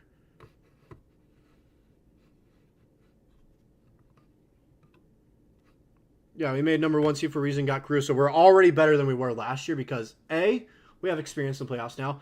B, we have a 2-time all-defensive team player in Alex Caruso who might not even be a starter for us. Depending on what we do this offseason, he could be coming off the bench. He's not blowing up the team again. What makes you think that? What makes you think we've blown up the team because we traded Josh Giddey, who wanted out because he didn't want to be on the bench, which I respect.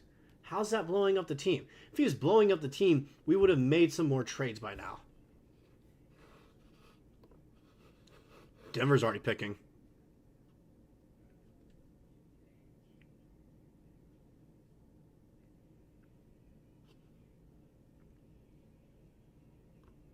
Suns got a trade, apparently. Did the Suns trade for the Nuggets pick? Yeah, it's just like we don't really have a, need for them.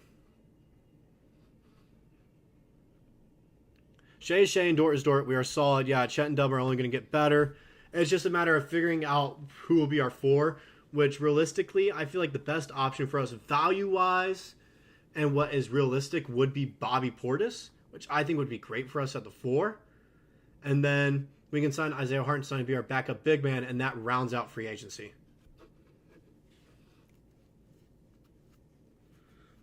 Jay will make a jump. I am high on Jay Will. All right. He can be one of the best role players in the league because of his IQ. His basketball awareness and basketball IQ is insane. The way he's willing to take charges and be physical like that, I really enjoy that, and that's going to help us out. We need a good 4, not a 5. That's what I said, yeah. Bobby Portis or Lauri Markkanen. They would be our 4s if we traded for them. And so, it's just Isaiah Hartenstein, all he would be our backup center. Because Jay would be our backup 4 who can also shoot the 3 ball at a decent rate. We didn't lose in the conference finals. We lost in the conference semifinals. And we lost because we got out-rebounded. Where did we improve in that area? Nothing yet.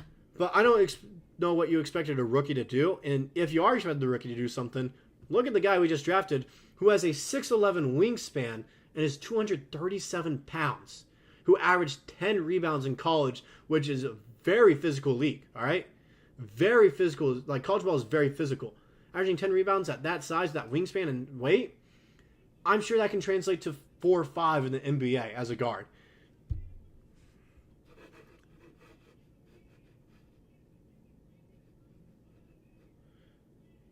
We get a solid 4-man backup big, and we'll be ready for revenge season. Yeah, I think we make the finals if we get Bobby Portis and Isaiah Hartenstein. Just straight up, I am very confident in that. Would you trade for Jeremy Grant? It depends. I like him. He was great for the Thunder when he was on the team. It just depends what the packages would look like for him.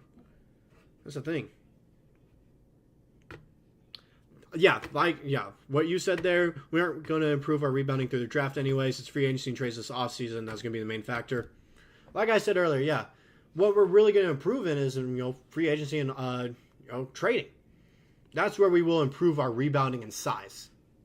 Because there are bigger guys now in the trade market, like we mentioned from the Bucks, where we could trade them Isaiah Joe, one of our draft picks in Topic, and then maybe even Kenrick Williams or Ousmane Dieng for Bobby Portis, or even Brook Lopez if we really want to go that route. Expecting a rookie to come in and fix our team rebound as a whole isn't realistic, especially when we're a contender. So we didn't get the Jazz pick. Jazz kept it.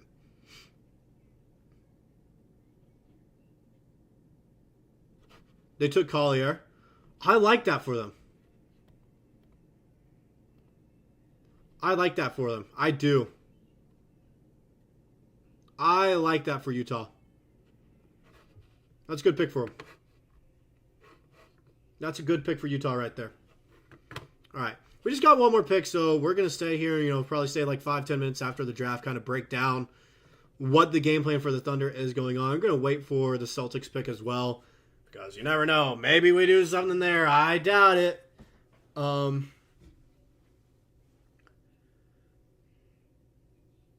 Yeah, like you're saying with Topic there, Joshua. He does have a ton of upside. It's just a matter of, can he come back from this ACL injury? That's where it's like, we'll see. We'll see. Yeah, I agree with you there. Package guys that are sitting on the bench that aren't doing anything for us. I feel like if we're going to trade for Portis, we have to give up Joe as well. I think it'd have to be Joe, Oos in that package. I don't want to see Lindy go just because, he's from, he's Oklahoma born, Oklahoma native. He does so much for the city.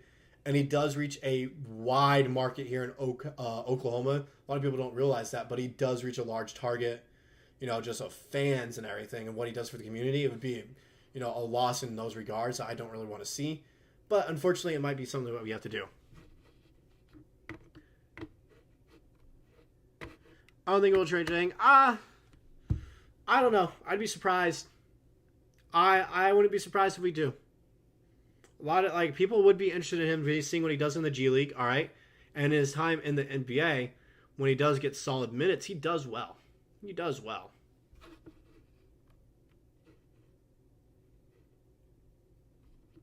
Never heard of him until today. Just look like, who are you talking about there? I don't know who you're talking about when you're saying like you had to look him up today just to figure out who it was.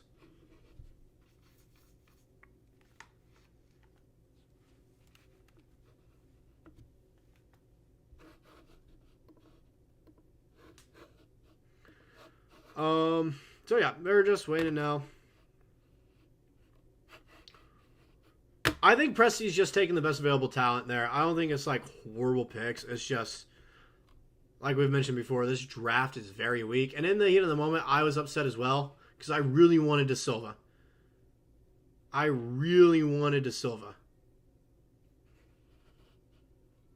But I think he's just taking the best available.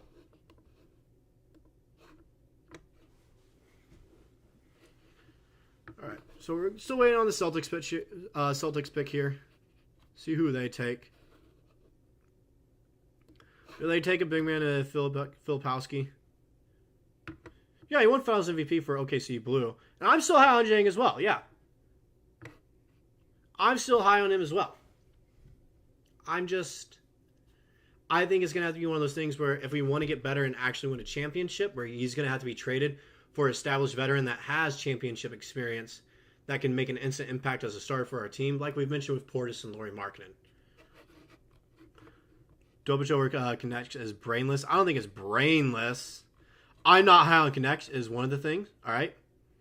I don't think he's going to translate well in the NBA all that much. I do think Tobic has potential. I think he has more potential than Connect if he can recover from this ACL injury. Not a year for taking best available. I disagree because it is weak, so you got to take whoever is the best available. Does that make sense? If you're in a loaded draft class, you're going to take a guy that is best available at the position you need. Whereas here, you're just going to take the best available player in general.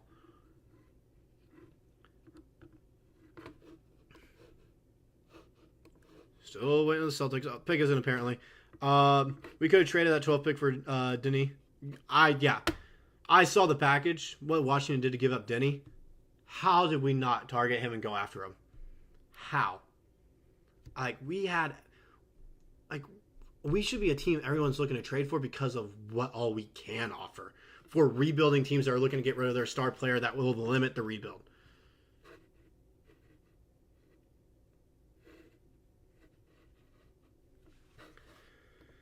Just waiting on this pick here. See what happens. I doubt anything happens tomorrow with the Thunder. I bet tomorrow will be a slow day for the Thunder. Right now he's just sitting the bench. Yeah. Our team's ready to contend. 100%. Dylan Jones, yeah. I think some of it is because he plays in the Big Sky Conference. It's not one of those conferences where you hear about a ton. But, from what I'm seeing, everyone talking on Twitter, his draft profile, it could be a decent addition. Decent. Notice how I didn't say good or bad. Just decent. Just meh. OKC collecting cards like you collect cards. Yep. Yeah. Gotta collect them all, man.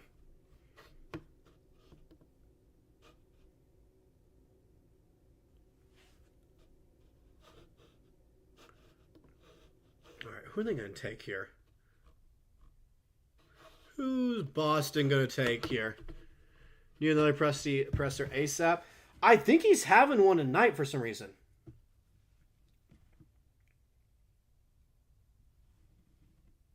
In 13 minutes, he's having a draft presser.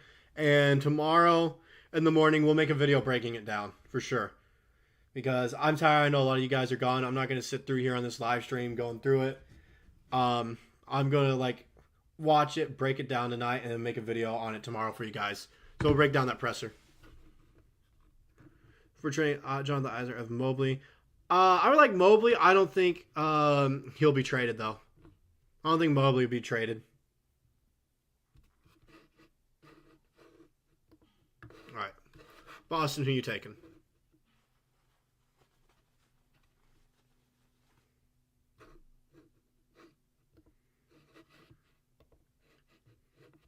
Okay.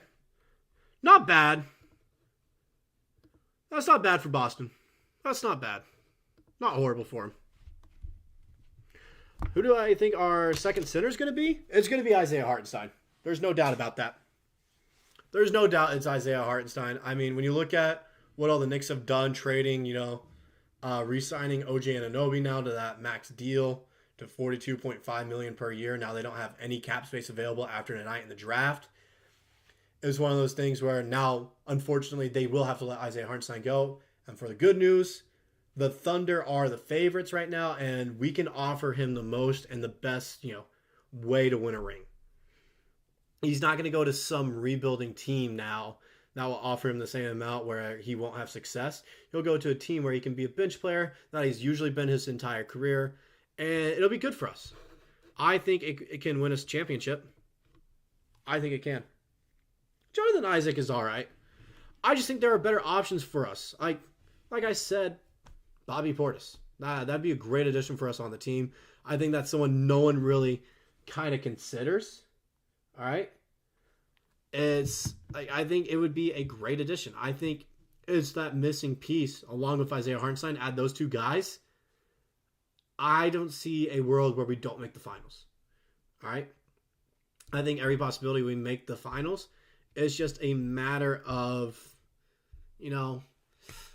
it's a matter of if we can win the finals. If it's against the Knicks, I think we have a chance. If it's against the Celtics, it goes to 7. And so, Tobias over Holmes, I can't believe that. The thing is, Holmes wasn't projected to even go in the lottery. All right? That's the thing. He wasn't projected to go in the lottery. He was supposed to be a late first-round pick, which is what he was. He went 22nd. And the Thunder ended up trading for that 26th pick. I'm sure they had that planned anyways because they're going to take Deron Holmes there anyways. And so, good night, Paul. Hey, we're going to try to do more streams every so often now, especially when something big happens or, kind of breaking down what happened in the week with the Thunder and, free agency and trades. And so, hopefully see you there as well. But like we said, I'm looking at the picks now. I'm looking at who all we took. All right. So first we'll talk with our lottery guy here, Nikola Topic, who has potential. He does. The question is his ACL. His ACL is the big question. And it's looking like he won't play his entire, rookie season. And so he'll have to do what Chet did, sit a season. And the difference is, Chet, when we drafted him, he wasn't injured. We knew what we were getting. Topic now, he's injured, and we don't know how he'll respond coming back because we haven't seen him against NBA-level competition. And he drives really well. He passes really well. He's a good playmaker, which is great for us. It'd be nice to have that as a backup ball handler.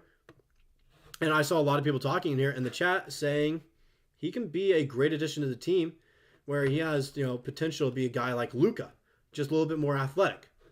Which I could kind of see if he could just develop his jump shot a little bit better. Next guy that we got to talk about here is our second pick here in the first round, and probably our second pick just in general. Like we probably won't have any in the second round. I doubt we trade for a second round pick tomorrow, unless we want to go for the memes and take Bronny. But Dylan Jones, who I had to look up. I'm going to be honest, I had to look him up because he was a guy that was projected to go in the second round, but we took him there. And it's kind of interesting. It's kind of interesting because he's 6'5", with a 6'11" wingspan at 235 pounds. Okay? At 235 pounds. And now I can't see his stats from college because he's now officially a member of the Oklahoma City Thunder. But I think if my memory serves me correct, he averaged 21 and 10 in college. 21 points and 10 rebounds. Which is pretty solid. And I think it's because of that 6'11" wingspan. When you have that kind of wingspan with that size he has at 235 pounds, you can compete down low. And he can jump very well. He's very explosive. He's a slashing brute, which can work out. It's just a matter of, I don't know how much time he'll get. That's the question. We don't know how much time he'll end up getting. And so it's definitely interesting to see what happens. But the good news is the draft wasn't where we were going to drastically improve our team. Where we are is once free agency actually opens up to the rest of the team, which is in 3 or 4 days, I believe. And in those 3 or 4 days, I bet, in the next week, we will sign a center by the name of Isaiah Hartenstein, who wears number 55. He'll be wearing a Thunder jersey. He'll be our backup center. And then potentially we trade for a 4 somewhere. I don't know who the 4 would be, but I bet we can get one somewhere. Even if it's a budget guy in free agency. Like, let me go look at the free agent class right now. Let me look. Let me see who we can get at the 4. All right, for a, with what we'd have probably in a $8 million or more likely $5 million probably. At the forward position. Not really a lot of starters, actually, when I look at it. Miles Bridges, maybe. That's about it that I see. Obi Toppin, but he's not really a starter. So it'll definitely be interesting. Derrick Jones Jr., who lit us up. We can go grab him if we want.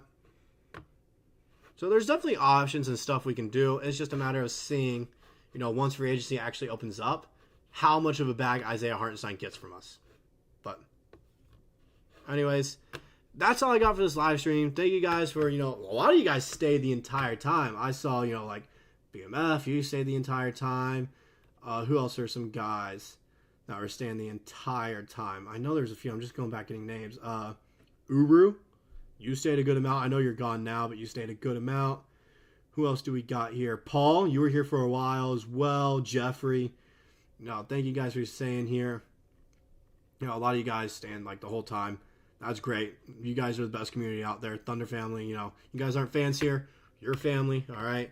Just want you guys, now stream's going to be done.